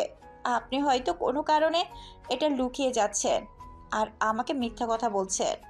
তোমাকে মিথ্যা কথা বলে কি আমার কোনো লাভ আছে সেটা বলো আমাকে। যদি তোমাকে মিথ্যা কথা বলে আমার কোনো লাভ থাকতো তাহলে আমি তোমাকে মিথ্যা কথা বলতাম। তিশা তো এখন কোনো কথা না বলে চুপচাপ সেখান থেকে উঠে নিজের রুমে চলে গেল আর ব্যালকনিতে দাঁড়িয়ে কান্না করতে থাকলো। রাজ তখন পিছন পিছন তিশার রুমে গেল আর তিশার পিছনে দাঁড়িয়ে বলল, আই এম সরি তিশা, তোমাকে মিথ্যা বলার জন্য। রাকিব তোমাকেই ভালোবাসে। আমি তার সঙ্গে কথা বলেছিলাম, আমি তার সঙ্গে কথা বলে জানতে পারি সত্যি তোমাকে ভালোবাসে। আমি তোমার নাম্বার কাকে দিয়ে এসেছি সে বলেছে সময় মতো তোমাকে ফোন করবে। স্যার, আপনি সত্যি বলছেন তো? আরে বাবা, এতক্ষণ মিথ্যা বলেছি বলে কি এখনো মিথ্যা বলবো নাকি? আমি সত্য কথাই বলছি। রাকিব তোমাকেই ভালোবাসে, সেটা আমি তার সঙ্গে কথা বলে কনফার্ম হয়েছি। Sir, you are so great. আমার এত বড় একটা উপকার করার জন্য আপনাকে অসংখ্য অসংখ্য ধন্যবাদ। আমি জানতাম রাকিব আমাকেই ভালোবাসে, তাই আপনাকে দিয়ে সেটা শিওর হয়ে নিলাম। ঠিক আছে, এখন পড়ার টেবিলে চলো। ঠিক মতো পড়াশোনা করতে হবে, তা না হলে আবার তোমার বাবা আমাকে মাস শেষে মাইনে দেবে না। প্রেমের জায়গায় প্রেম রাখবার, পড়াশোনার জায়গায় পড়াশোনা, তা না হলে কিন্তু আমি তোমার আব্বুকে সব বলে দেবো বলে দিলাম। ঠিক আছে স্যার, আপনি কোনো চিন্তা করবেন না, আমি দুটো জিনিসকে আলাদাভাবে রাখতে পারবো। এই বলে দুজনেই ড্রয়িং রুমে পড়ার টেবিলে চলে আসলো আর রাজ তিশাকে পড়া বুঝিয়ে দিতে থাকলো। এভাবেই চলছিল দিনগুলো। তোমাদের রাকিব আর তিশার মধ্যে খুবই ভালো একটা সম্পর্ক তৈরি হয়ে গেছে। পড়াশোনার ফাঁকে দুজন দুজনকে যথেষ্ট সময় দিচ্ছে। ভালোবাসা, যত্ন, টেক কেয়ারের মধ্যে দিয়ে যাচ্ছে তাদের দিনগুলো। হঠাৎ একদিন রাজ রাকিবকে বলল, দোস্ত, তোদের ভালোবাসা থেকে না আমার একজনের কথা খুব বেশি মনে পড়ছে। আমি বুঝতে পারছি না যে মানুষটাকে আমি সহ্য করতে পারতাম না, সেই মানুষটাকে কি করে আমার এত মনে পড়ছে। দোস্ত, তুই কার কথা বলছিস আমি ঠিক বুঝতে পারছি না। তুই একটু খুলে বলবি তো, শুনি আসল ব্যাপারটা কি। আমার চাচাতো বোন আশা আপুর কথা। তিশা তোকে যেমন ভালোবাসে, যত্ন নিতে, কেয়ার করে, আশা আপু আমাকে এগুলো করতো। কিন্তু আমি তো রিয়াকে ভালোবাসি, তাই আশা আপুর এই পাগলামিগুলোকে আমি কোনো পাত্তা দিতাম না। নির্ঘাত পাগলামো বলে সেগুলোকে উড়িয়ে দিতাম। কিন্তু তোদের দুজনের ভালোবাসা থেকে আমার মনে হয় আশাও আমাকে সত্যি ভালোবাসতো। কিন্তু সে তো তোর চাইতে সিনিয়র। তাছাড়া তুই একটা মেয়ের সঙ্গে রিলেশন করছিস, সেই মেয়েটাকে বিয়ে করবি, স্বপ্ন দেখিয়েছিস। এখন কি তাকে ছেড়ে অন্য কাউকে বিয়ে করাটা তোর ঠিক হবে? আমি জানি না, কোনো কিছুই জানি না। আমি কিছুই বুঝতে পারছি না কেন এরকম হচ্ছে আমার সঙ্গে। আমি তো রিয়াকে ভালোবাসি, তাহলে কেন ইদানিং আমার বারবার আশা আপুর কথা মনে পড়ছে? কেন সব সময় সে আমার চারপাশে ঘুরে বেড়াচ্ছে? মনে হয় সে আমার পাশেই আছে আর আমার যত্ন নিচ্ছে। তাহলে আমার মনে হয় তুই রিয়াকে নয়, আশা আপুকে ভালোবাসিস। কারণ আমাদের চোখের সামনে সেই মানুষটাই ঘুরু ঘুরু করে, যেই মানুষটা আমরা ভালোবাসি। আমাদের চোখের সামনে সব সময় ওই মানুষটার ছায়ায় বেঁচে থাকে, যে মানুষটা আমাদের হৃদয়ে রয়েছে। দোস্ত, বাদ দে সব কথা। যে কারণে আমি বাড়ি ছেড়ে চলে এসেছি সেই কারণটা কি আর আমি মনে করতে চাই না। আমি আমার জীবনটাকে নতুন করে শুরু করতে চাই। প্রয়োজন হলে আমি রিয়াকেও আমার জীবনে রাখবো না, একা একা বেঁচে থাকবো। কিন্তু ওসব কিছু আর মনে করতে চাই না আমি। কিন্তু দোস্ত, বিশ্বাস কর, জীবনে একা একা বেঁচে থাকা যায় না। জীবনে বেঁচে থাকতে হলে আমাদের পাশে একটা মানুষের প্রয়োজন, সেটা একটা ভালোবাসার মানুষ। আর সেই মানুষটাকে আমরা সব সময় ফিল করতে পারি। দোস্ত প্লিজ, আমি তোকে রিকোয়েস্ট করে বলছি, আমি এগুলো আর মনে করতে চাই না। আমি আমার অতীতের সব কিছু ভুলে থাকতে চাই, নতুন করে আমার জীবনটাকে সুন্দর করে সাজিয়ে তুলতে চাই। না হয় সে জীবনে আমি একা থাকলাম। ঠিক আছে দোস্ত, আমি এ ব্যাপারে তোকে কিছুই বলবো না। তোর যেটা ভালো মনে হয় তুই সেটাই কর। কারণ আমাদের উচিত আশেপাশে কি হচ্ছে সেদিকে নজর না দিয়ে নিজের মনের ইচ্ছেকে গুরুত্ব দেওয়া, নিজের মনের ইচ্ছেগুলোকে বাস্তবে রূপ দেওয়া। তাহলেই আমরা ভালো থাকতে পারবো, পূরণ হবে আমাদের মনের ইচ্ছেগুলো। এবারে দুজন দুজনের কাছ থেকে বিদায় নিয়ে চলে গেল।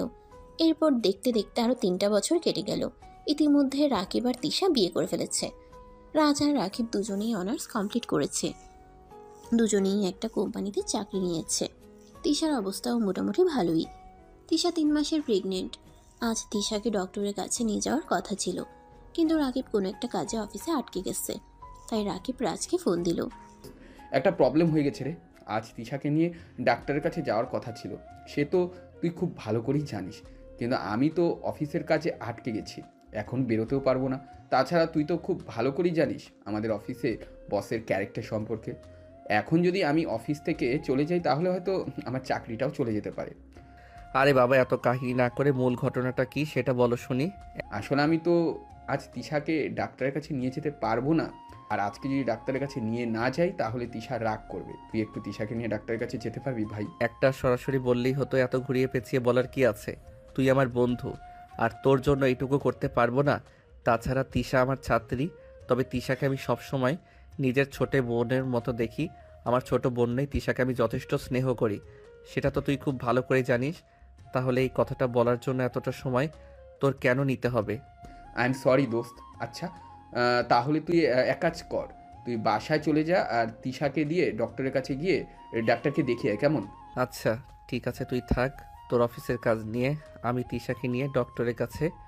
এই বলে রাজ ফোনটা কেটে দিল। তারপর সে একটা রিক্সা নিয়ে তিশার বাসায় চলে গেল। হ্যালো তিশা, কি করছিলে তুমি? আরে রাজ ভাইয়া, আমি তো রাকিবের জন্য অপেক্ষা করছিলাম। সে তো আমাকে বলল আজ অফিস থেকে এসে আমাকে নিয়ে ডাক্তারের কাছে যাবে। আসলে তিশা, রাকিবের অফিসে একটা প্রবলেম হয়েছে, সে আসতে পারবে না। তুমি আমার সঙ্গে চলো, আমি তোমাকে ডক্টরের কাছে নিয়ে যাই। ঠিক আছে, তাহলে আপনি একটু বসুন, আমি আপনার জন্য একটু নাস্তার ব্যবস্থা করি। আপনি আমার বাসায় এসেছেন, খালি মুখে চলে যাবেন? এটা তো আমার ভালো লাগবে না। আরে এগুলোর কোনো দরকার নেই, আমরা ডাক্তার দেখিয়ে ফেরার সময় কোনো একটা কফি শপ থেকে দুজনে কফি খেয়ে নিব। তোমার শরীরটা এমনি ভালো নেই, এখন আমার জন্য কষ্ট করে নাস্তা বানাতে হবে না। কিন্তু রাজ ভাইয়া, এভাবে আমার বাসায় এসে খালি মুখে চলে গেলে এটা কি আমার ভালো লাগবে? আরে তোমাকে বললাম, নাটক করে দেখিয়ে ফিরে আসার সময় আমরা কোনো একটা কফি শপ থেকে দুজনে কফি খেয়ে নেব, তাহলেই তো হয়ে যাবে। এখন চলো তো তাড়াতাড়ি, তা না হলে আবার লেট হয়ে যাবে। অতঃপর তিশা আর কোনো কথা না বলে রাজের সঙ্গে রেডি হয়ে বাসা থেকে বেরিয়ে গেল। রাজ তিশাকে নিয়ে ডক্টরের চেম্বারে চলে গেল। সেখানে বেশ কিছু টেস্ট করাতে হলো। টেস্টের রিপোর্ট ভালোই আসলো। তারপর ডাক্তার দেখিয়ে দুজনে বাসার উদ্দেশ্যে রওনা দিল। তখনই হঠাৎ তিশা বলে উঠল, কি ব্যাপার? তুমি না আমাকে বলেছিলে তুমি আমাকে কফি খাওয়াবে, তাহলে তুমি আমাকে নিয়ে চলে যাচ্ছ কেন? উফ আল্লাহ, আমি তো ভুলেই গিয়েছিলাম। যাই হোক চলো, সামনে একটা কফি শপ আছে, ওখানে খুব ভালো কফি বানায়। আমি আর রাকিব মাঝে মধ্যে ওখানে কফি খেতে আসতাম, আজ তোমাকে নিয়ে যাই। এই বলে রাজ তিশাকে নিয়ে সামনেই কফি শপে চলে গেল। সেখানে কফিকে রাত 8টার মধ্যে বাসায় চলে আসলো। তারপর রাজ তিশাকে তিশার বাসায় পৌঁছে দিয়ে নিজের বাসায় চলে গেল। আরে ভিউয়ার্স, আপনাদের তো বলাই হলো না, আর রাজ চাকরি পাওয়ার পর নিজে ছোট একটা ফ্ল্যাট বাসা ভাড়া নিয়েছে। ওখানে এসে থাকে। রান্না বান্না করার জন্য ছোট একটা কাজের লোক রেখেছে। সে রান্না বান্না, ঘর মোছা আর কাপড় ধোয়া এগুলো করে দিয়ে যায়। আর সে মোটামুটি একটা চাকরি করে সেখান থেকে মাসাল্লাহ ভালোই বেতন পায়। নিজের খরচ চালানোর পরও সে এখন কিছু সেভিংসও করতে পারছে। এভাবেই চলছিল তার দিনগুলো। হঠাৎ একদিন রাকিব আর রাজ অফিস ছুটির দিনে বাইরে চায়ের দোকানে বসে চা খাচ্ছিল। তখনই রাকিব রাজকে বলল, দোস্ত, অনেকদিন তো হলো বাড়ি থেকে চলে এসেছি, এবার আর অভিমান করে থাকিস না রে, এবার ফ্যামিলির মানুষের সঙ্গে যোগাযোগ কর। দোস্ত, যে সম্পর্ক ছিন্ন করে চলে এসেছি সেই সম্পর্ক আর জোড়া লাগাতে আমার ইচ্ছে করছে না। আমি আর আমার ফ্যামিলি মানুষের সঙ্গে কোনো যোগাযোগ করতে চাই না। ভাই, তোর সব কিছুই আছে, তারপরেও তুই সেগুলোকে মূল্য দিচ্ছিস না। আর আমি জন্মের পরে বাবা মাকে হারিয়েছি, সংসারটাকেও নিজের হাতে সামলাচ্ছি সেই ছোট থেকেই। আমার চাচা আমার বাবার সব সম্পত্তি দখল করে নিয়েছে। আমি তখন এসব ব্যাপারে বুঝতাম না। যাই হোক, যখন থেকে বুঝতে শিখেছি তখন থেকে একটু একটু করে গুছিয়ে রাখার চেষ্টা করি। আর তোরা তো সব কিছুই, আর তোর তো সব কিছুই আছে, তাহলে তুই কেন এখানে পড়ে আছিস? যদি আমি আবার ওই বাড়িতে ফিরে যাই তাহলে আবার সবাই আমাকে ধরে বেঁধে আশা প্রসঙ্গে বিয়ে দেওয়ার চেষ্টা করবে, কিন্তু আমি আশা আপুকে বিয়েই করতে চাই না। কিন্তু আমার মনে হয় এটা তোর শুধু মুখের কথা না, মনের কথা। নয়তো কাট, কিন্তু আমার মনে হয় এটা তো শুধু মুখের কথা, মনের কথা নয়। তুই যদি আশা আপুকে পছন্দ নাই করিস, তাহলে এতদিন আশা আপুর কথা মন থেকে সম্পূর্ণভাবে মুছে ফেলতেই আমি প্রায়ই লক্ষ্য করি। তাহলে এতদিনে আশা আপুর কথা মন থেকে মুছেই ফেলতে পারতিস। আমি প্রায়ই লক্ষ্য করি তুই মাঝে মাঝেই ওর কথা বলিস। আশা আপু তোকে এটা করে দিত, ওটা করে দিত, আশা আপু তোকে এভাবে ওভাবে কেয়ার করতো। তোর মনে যদি আশা আপুর সম্পর্কে এই সমস্ত ভালোবাসা নাই থাকতো, তাহলে তুই এগুলো কেন তুলবি বল? আরে ভাই, বিশ্বাস করো, আশা আপু এগুলো করতো বলেই আমার মনে পড়ে, কিন্তু তাই বলে আমি তাকে ভালোবাসি না আর বিয়েও করতে চাই না। এটাই সত্য কথা, তুই আমার কথা বিশ্বাস কর। ভাই, আমি তোর কথা বিশ্বাস করতে পারলাম না, কারণ আমিও তো ভালোবেসে বিয়ে করেছি, তাই আমি জানি ভালোবাসার ফিলিংসগুলো কেমন হয়। আমি 100% গ্যারান্টি দিয়ে বলছি, তুই আশা আপুকে ভালোবাসিস আর আশা আপুকে খুব বেশি মিস করিস। রাজ তখন কোনো কথা না বলে সেখান থেকে চুপচাপ পাশে চলে আসলো। আসলে তার এই ব্যাপারে কথা বলতে ইচ্ছে হচ্ছিল না। বাসায় এসে বিছানায় শুয়ে শুয়ে মনে মনে ভাবতেছিল আসলেই কি সে আশা আপুকে ভালোবাসে। বেশ কিছুক্ষণ শুয়ে শুয়ে চিন্তা করলো, তখনই তার হঠাৎ মনে পড়লো আসলে রাকিব যা বলেছে তা একদম সত্য কথা। আমাদের সেই মানুষটাকে খুব বেশি মনে পড়ে যায়, মানুষটাকে আমরা খুব বেশি ভালোবাসি। আমাদের কল্পনায় যেই মানুষটা আসে সেই মানুষটাই আমাকে অনেক বেশি ভালোবাসে, কিন্তু রাজ সেটা রাকিবের কাছে প্রকাশ করলো না। এরপর চলে গেল আরো 2 বছর। তিশার একটা মেয়ে বাবু হয়েছে, সে এখন টুকটাক কথাও বলতে পারে। হঠাৎ একদিন রাজ তিশার বাসায় গেল। কি অবস্থা তিশা, কেমন আছো? আর তোমার মেয়ে কেমন আছে? এই তো ভাইয়া, আলহামদুলিল্লাহ, আমিও ভালো আছি। আর আমার মেয়েও ভালো আছে। ভাইয়া, তোমাকে একটা কথা বলার ছিল, তুমি কিছু মনে করবে না তো? আরে পাগলি মেয়ে, তুই আমাকে কিছু বলে আমি আবার কিছু মনে করব কেন? তোকে তো আমি সবসময় নিজের বোনের মতোই স্নেহ করি। ভাইয়া, তুমি যদি সত্যি আমাকে নিজের বোনের মতো মনে করো, তাহলে ছোট বোন হিসাবে তোমাকে একটা উপদেশ দিতে চাই। হ্যাঁ রে বাবা, বল না কি বলবি। এত হেয়ালি কেন করছিস? তুই তো জানিস আমি এত হেয়ালি করা একদম পছন্দ করি না। আমি মানে আমরা সবাই চাই তুমি তোমার ফ্যামিলিতে ফিরে যাও। কারণ কি জানো, আমার একটা মেয়ে হয়েছে। আমি জানি এখন সন্তানকে ছাড়া একটা মুহূর্ত থাকা কতটা কষ্টের। আর তোমার বাবা মা, তারা কতটা কষ্ট করছে। তুমি কবে তাদের কাছ থেকে চলে এসেছো। সন্তান ছাড়া বাবা মায়ের জীবন কতটা দুর্বিষহ সেটা আমি বুঝতে পারি। প্লিজ তুমি চলে যাও। কিন্তু আমি সেদিন যখন বাড়ি ছেড়ে বের হয়ে চলে এসেছিলাম, আমি তো বলে এসেছিলাম আমি আর কোনো দিন ওই বাড়িতে ফিরে যাব না। আমি যদি ওই বাড়িতে ফিরে যাই, ওই বাড়িতে কি আমার আদৌ জায়গা হবে? হবে না মানে 100 বার হবে। তুমি কেন ভুলে যাচ্ছ? তুমি ওই বাড়িরই একমাত্র পুত্র সন্তান। আর ওই বাড়ির সমস্ত সম্পত্তি উত্তরাধিকারী একমাত্র তুমি। আশা করি যদি তুমি বিয়ে নাও করো, তারপরেও কত কত কোটি টাকার সম্পত্তি তোমার, সেগুলো কি তোমার বাবা মা এমনি এমনি কাউকে দিয়ে দিবে? তাছাড়া তুমি তাদের সন্তান, জীবিত আছো, তাদের কাছে থাকাটা তোমার প্রয়োজন আর কর্তব্য। আচ্ছা ঠিক আছে, আমি এই ব্যাপারে ভেবে দেখব। এত চিন্তা ভাবনার কিচ্ছু নেই। আমি রাকিবের সঙ্গে কথা বলবো এবং আগামী সপ্তাহে আমরা দুজন তোমাকে নিয়ে তোমার বাড়িতে যাব। তারপর যা হয় দেখা যাবে। কিন্তু যদি তারপর ওখান থেকে অপমানিত হয়ে ফিরে আসতে হয়? সেটা তুমি আমার উপর ছেড়ে দাও। ওখানে যা হবে সবটা আমি সামলে নেব। কিন্তু তোমাকে আমার সঙ্গে যেতেই হবে, এটাই শেষ কথা। আমরা আর কোনো কথাই শুনতে চাই না। রাজ তখন আর কোনো কথা না বলে সেখান থেকে সোজা নিজের বাসায় চলে গেল। এদিকে সেদিন রাতের বেলা যখন রাকিব বাসায় আসলো, তখন তিশা রাকিবের সঙ্গে এ ব্যাপারে কথা বলল। সব কিছু শুনে রাকিব তিশাকে বলল, আমি তো এই ব্যাপারে আজকে অনেক আগেই বলেছিলাম, কিন্তু সে তো আমার মুখের উপর না করে দিয়েছে। আমি আজ রাজ ভাইয়ের সঙ্গে কথা বলেছি। আমি ওনাকে সবটা বুঝিয়ে বলেছি। উনি আমাদের সঙ্গে যেতে রাজি হয়েছেন। চলো আগামী সপ্তাহে অফিস থেকে 1 সপ্তাহের ছুটি নিয়ে আমরা রাজ ভাইয়াকে ওনার বাড়িতে নিয়ে যাই। তারপর দুজনে মিলে ওনার বাবা মাকে সবটা বুঝিয়ে বলি আর ওনাকে ওখানে দিয়ে আসি। ঠিক আছে, তুমি যখন বলছো তাহলে চলে যাওয়া যাক। তবে আমার মনে হয় রাজ আশা আপুকেই ভালোবাসে। কারণ কি যেন আমি সবসময় তার মুখ থেকে তার মুখ থেকে আশা আপুর কথাই শুনি। কোনোদিনও আমি এটা শুনিনি যে সে একবারও বলেছে তার প্রেমিকা তার প্রেমিকা সেই ছিল।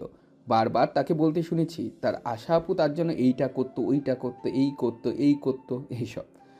হ্যাঁ, সেজন্য তো আমরা দুজনে রাজ ভাইয়াকে তাদের বাড়িতে নিয়ে যাই।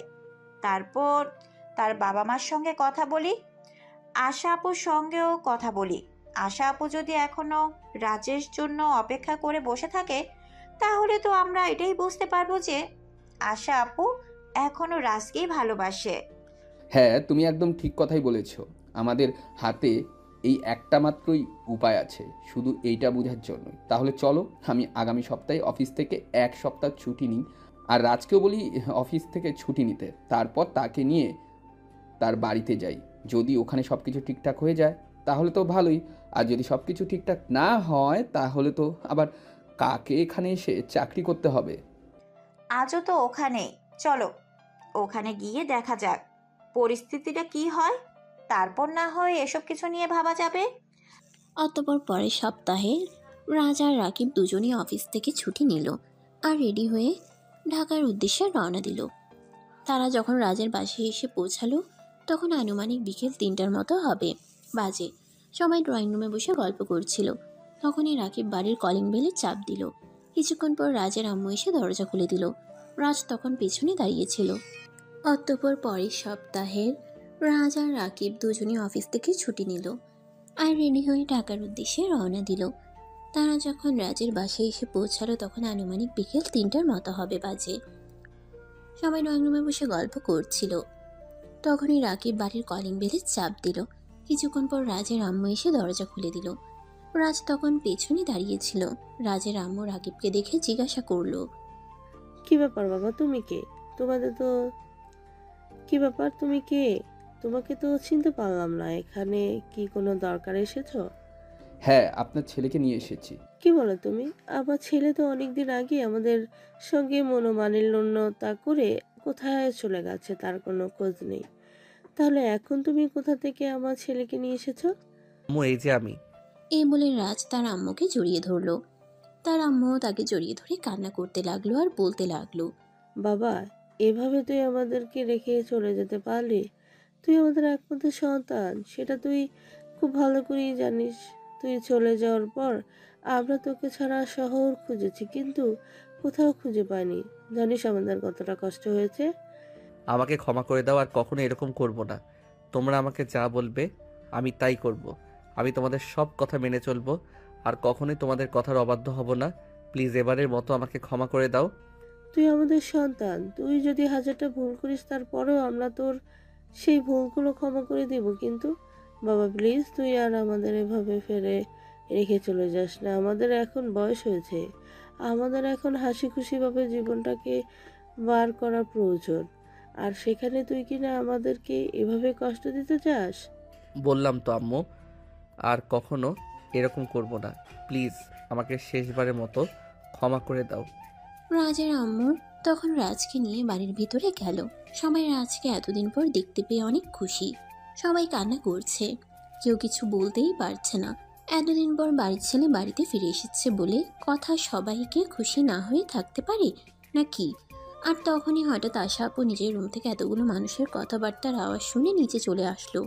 সিঁড়ি দিয়ে নামছিল আর তখনই রাজকে দেখতে পেয়ে এসে চিৎকার দিয়ে উঠল, রাজ, এতদিন তুই কোথায় ছিলি জানিস? আমি তোর জন্য কত মানত করেছিলাম, কত রাত কান্না করতে করতে পার করেছি। আল্লাহর কাছে নামাজে শুধু তোকেই চেয়েছি। প্রত্যেকটা মোনাজাতে আমি আল্লাহর কাছে বলেছি, আল্লাহ তুমি আমার রাজকে আমার কাছে ফিরিয়ে দাও। আমি আর জীবনে কিছুই চাই না। রাজ তখন কোনো কথা না বলে চুপচাপ দাঁড়িয়েছিল। সে কি বলবে, কিসের ভেবে পাচ্ছে না। তখনই পাশ থেকে রাকিব আর তিশা তাকে বলল, রাজ, আশা আপুর সঙ্গে কথা বল। আশা আপু এখনো তোর অপেক্ষায় আছে। প্লিজ এবার আর অ্যাভয়েড করিস না। কিন্তু রাকিব। আরে কোনো কিন্তু নেই। তোমার কাছ থেকে আর কোনো অজুহাত শুনতে চাই না। তোমাকে যেটা বলেছি তুমি সেটাই করবে। দেখছি তুমি ভালোবাসাকে কাছে পাওয়ার জন্য কতটা ব্যাকুল হয়েছিলেন। এখন তোমার ভালোবাসার মানুষটা এতদিন ধরে তোমার জন্য অপেক্ষা করছে। এখন সেই মানুষটাকে অবহেলা করাটা তোমার একদমই ঠিক হবে না। তুমি যাও, আপুর সাথে কথা বলো। রাজ তখন আর কোনো কথা না বলে আশার কাছে গেল। আশা তখনই তাকে জড়িয়ে ধরে হাওমাও করে কান্না করে দিল। আরে আমি তো তোকে ভালোবাসতাম, কিসের কমতি ছিল আমার, যা তোর ওই গার্লফ্রেন্ডের মধ্যে ছিল? কেন তুই করলি এরকমটা আমার সঙ্গে? জানিস শুধু আমি না, ফ্যামিলির সবগুলো মানুষ কতটা কষ্ট পেয়েছে। একটা বার তোর সঙ্গে যোগাযোগ করতে সবাই কত চেষ্টা করেছে, কিন্তু তুই এতটা পাষাণ কি করে হতে পারলি? কি করে আমাদের সবাইকে এতটা কষ্ট দিতে পারলি? I am sorry. সবাই আমাকে ক্ষমা করে দাও, আর কখনো এরকম করব না। অতঃপর আস্তে আস্তে পরিবেশটা একটু শান্ত হয়ে আসলো আর সবাই মিলে সেখানে বসেই গল্প গুজব করতে থাকলো। সেই দিন রাতের বেলায় রাজের আম্মু নিজের ছেলের জন্য নিজের হাতে অনেক পদ খাবার রান্না করলেন আর ছেলেকে নিজের হাতে খাইয়ে দিলেন। এরপর সবাই মিলে গল্প গুজব করে ঘুমাতে চলে গেল। পরদিন দুপুরবেলা সবাই আবার ড্রয়িং রুমে এসে তখন রাকিব আর তিশা আশা আর রাজের ব্যাপারে কথা তুলল। আঙ্কেল আন্টি, দেখুন আপনাদের ফ্যামিলির পার্সোনাল ম্যাটারে আমার কথা বলাটা যদিও ঠিক হবে না, কিন্তু আমার মনে হয় কথা বলাটা উচিত। আরে বাবা, তুমি এভাবে কেন বলছো? আমাদের ছেলেকে আবার আমাদের জীবনে ফিরিয়ে দিয়েছো তুমি। আমাদের ফ্যামিলির আর একটা সন্তানের মতোই, বলো কি বলবো তুমি? আসলে আপনারা বিশ্বাস করবেন কি না আমি জানি না, কিন্তু যেটা সত্যি আমি সেটাই বলছি। রাত যখন আপনাদের কাছ থেকে চলে যায় তখন আমার কাছে যায়, আর তারপর থেকে তার সব কিছু আমি দেখাশোনা করি। সে আমার ভালো বন্ধু হয়ে ওঠে, আর তারপরেই তার কাছ থেকে আশা আপুর কথা জানতে পারি। তারপর প্রায়ই প্রতিদিনই তার কাছ থেকে আশা আপুর গল্প শুনতাম। আশা আপু সবসময় তার চিন্তা ভাবনা ছিল, সবসময় সে আশা আপুকে নিয়েই কথা বলতো। সে আমাদের কাছে বলতো আশা আপু কীভাবে তাকে ভালোবাসতে হয়, যত টেক কেয়ার করতে হয়, কিভাবে কি কি করতে হয়। কিন্তু সে একটা বারের জন্য আমাদের কাছে এটা বলেনি যে তার ভালোবাসার মানুষ মানে যে মেয়েটার জন্য সে এই বাড়ি ছেড়ে চলে গেছে সে তাকে কতটা যত্ন করত, টেক কেয়ার করত। এই ব্যাপারগুলো তার কাছ থেকে কোনোদিনই আমি শুনতে পাইনি। সে তো আমাকে ভালোবাসে না বলে এই বাড়ি ছেড়ে চলে গেছিল, তাহলে কেন সে আমার কথা বলছো? এটা আমি বিশ্বাস করতে পারলাম না। হ্যাঁ আপু, আপনি একদম ঠিক কথাই বলেছেন। এটা প্রথমে আমরাও বিশ্বাস করতে পারতাম না, কিন্তু আপনি হয়তো জানেন বিগত 5 বছর সে আমাদের কাছে ছিল। 5 বছরে 5 বারও তার মুখে তার প্রেমিকার নাম শুনতে পারেনি। প্রতিদিন অন্তত 10 বার হলেও সে আপনার নাম নিত। তাতে কি প্রমাণিত হয় আপনি আমাদের বলেন? কিন্তু আমরা যখন তাকে আশাকে বিয়ে করতে বলেছিলাম তখনই সে তো আমাদের সঙ্গে ঝামেলা করে এখান থেকে চলে যায়। হ্যাঁ আন্টি, কারণ তখন তো তার আবেগ দিয়ে সব কিছু ভাবার মতন সময়টা ছিল। তখন তো আর সে বিবেক দিয়ে কোনো কিছু চিন্তা করতে পারেনি, তাই এরকমটা হয়েছিল। এখন তার বোঝার মতন বয়স হয়েছে, সব কিছুতে এসে বুঝতে পারে, তাই সব কিছুতে ফেসেই মানুষে বুঝতে পারে। তাই আন্টি, আমি আর তিশা সব কিছু চিন্তা ভাবনা করে তারপর আপনাদের কাছে নিয়ে এসেছি। এখন এটা আপনাদের ফ্যামিলিগত ব্যাপার, আপনারা কি করবেন ভেবে দেখুন। কিন্তু আমার মনে হয় রাজ আশা আপুকেই ভালোবাসে। অতঃপর সেখানে বেশ কিছুক্ষণ নীরবতা চলছিল। কে কি বলবে সেটাই ভেবে পাচ্ছিল না। তখনই মাঝখান থেকে রাজ বলে ওঠে, দেখো, আমি যেটা করেছি সেটা ভুল এবং অন্যায়, আমি সেটা মেনে নিচ্ছি। কিন্তু আমি আজ একটা সত্য কথা বলি, যদি কাউকে মিস করাটাকে ভালোবাসা বলে তাহলে আমি আশা আপুকে মিস করি। যদি কারো কথা বারবার মনে পড়াটাকে ভালোবাসা বলে তাহলে আমি আশা থেকে ভালোবাসি। এখন তোমরা ভেবে দেখো, আশা আপুর সঙ্গে আমাকে বিয়ে দেবে নাকি দেবে না? কথাটা শুনে সবার মনে আবারও সেই 5 বছর আগের হাসিটা ফিরে আসলো। আর সবাই খুশি মনেই বলল রাজ আর আশার বিয়ে দেবে। তারপর সেদিনই বাসায় কাজী রেখে আশা আর রাজের বিয়ের কাজ সম্পন্ন করা হলো। আজ রাকিব নিজের হাতে আশা আর রাজের জন্য বাসর ঘর সাজিয়েছে এবং তাকে সাহায্য করেছে। তার বউ তিশা। রাত তখন 11টা বাজে। রাজ, রাকিব, তিশা আর আশা 4 জনেই একসঙ্গে রুমে বসে গল্প করছে। তখনই তিশা বলল, আরে রাকিব, আমরা আর কতক্ষণ বসে থাকবো? রাত 11টা বেজে গেছে। আর তাদের বাসর রাত জীবনের সবচেয়ে সুখময় একটা রাত। আমরা বসে বসে কেন তাদের সময়টা নষ্ট করছি? চলো আমরা অন্য রুমে গিয়ে ঘুমিয়ে পড়ি, আর তাদেরকে তাদের ভালোবাসাটা উপভোগ করার সুযোগ করে দেই।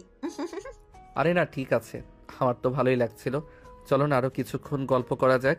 না রে বন্ধু, জীবনে অনেক সময় আমাদেরকে না রে বন্ধু, জীবনের অনেক সময় আমাদেরকে দিয়েছিস। এবার তোর বউকে সময় দেওয়ার পালা। তুই তোর বউকে সময় দে। আমরা এখন আসি। তোদের জন্য অনেক শুভকামনা রইল রে। ভালো থাকিস, ভালোবাসার মানুষটাকে ভালোভাবে রেখে দিস। এই বলে রাকিব আর তিশা দুজনেই রুম থেকে বের হয়ে চলে আসলো।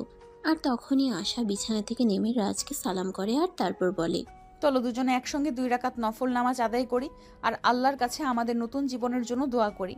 হ্যাঁ, তাই চলো। এই বলে দুজনে একসঙ্গে উজু করে এসে তারপর নামাজে দাঁড়িয়ে গেল। নামাজ শেষ হলে রাজ আশাকে নিয়ে বিছানায় চলে আসলো। দুজন সামনাসামনি বসে আছে, কেউ কোনো কথা বলছে না। তখনই রাজ আশার হাত দুটো ধরে বলল, প্লিজ তুমি আমাকে ক্ষমা করে দাও, আমি তোমাকে এভাবে কষ্ট দিতে চাইনি, কিন্তু কি করব বলো, সময়টাই হয়তো এরকম ছিল। আরে তুমি আমার কাছে ক্ষমা কেন চাইছো? তুমি আমার স্বামী, আমি কোনো ভুল করে থাকলে আমাকে তুমি ক্ষমা করে দিও। কিন্তু আমি বুঝতে পেরেছি ওই সময়টা তোমার আবেগের ছিল, তাই তুমি আমার সঙ্গে এরকম করেছো। তবে বিশ্বাস করো, আমি কিছুই মনে করিনি। আমি জানতাম আমার ভালোবাসার সত্য একদিন না একদিন তুমি ফিরে আসবেই। সত্যি তুমি আমাকে ক্ষমা করে দিয়েছো? আমার প্রতি তোমার কোনো অভিযোগ নেই? না রে বাবা, কোনো অভিযোগ নেই। এখন চলো, এই 5 বছর আগে যেটা করতে চেয়েছিলাম এখন ওটা করি। এখন তো আর কোনো বাধা নেই, এখন তো আমরা স্বামী স্ত্রী। কথাটা শুনে রাজ অনেকটাই লজ্জায় পড়ে গেল। আসলে সে কোনোদিন কল্পনাও করেনি তার আপন চাচাতো বোনের সঙ্গে তাকে বাসর করতে হবে। যাই হোক, বিধাতার লেখন কেউ খণ্ডাতে পারে না। লজ্জায় সে আশার দিকে চোখ তুলে তাকাতে পারছিল না। তখন আশা 2 হাত দিয়ে তার মুখটা ধরে নিজের দিকে ফিরিয়ে নেয় আর বলে, এখন আর লজ্জা পেলে কি হবে? যা হবার সেটা তো 5 বছর আগেই হয়ে গেছে। এখন তো শুধু সেটা রিপিট করব। তাই তাহলে চলো, আর দেরি করছো কেন? শুরু করা যাক।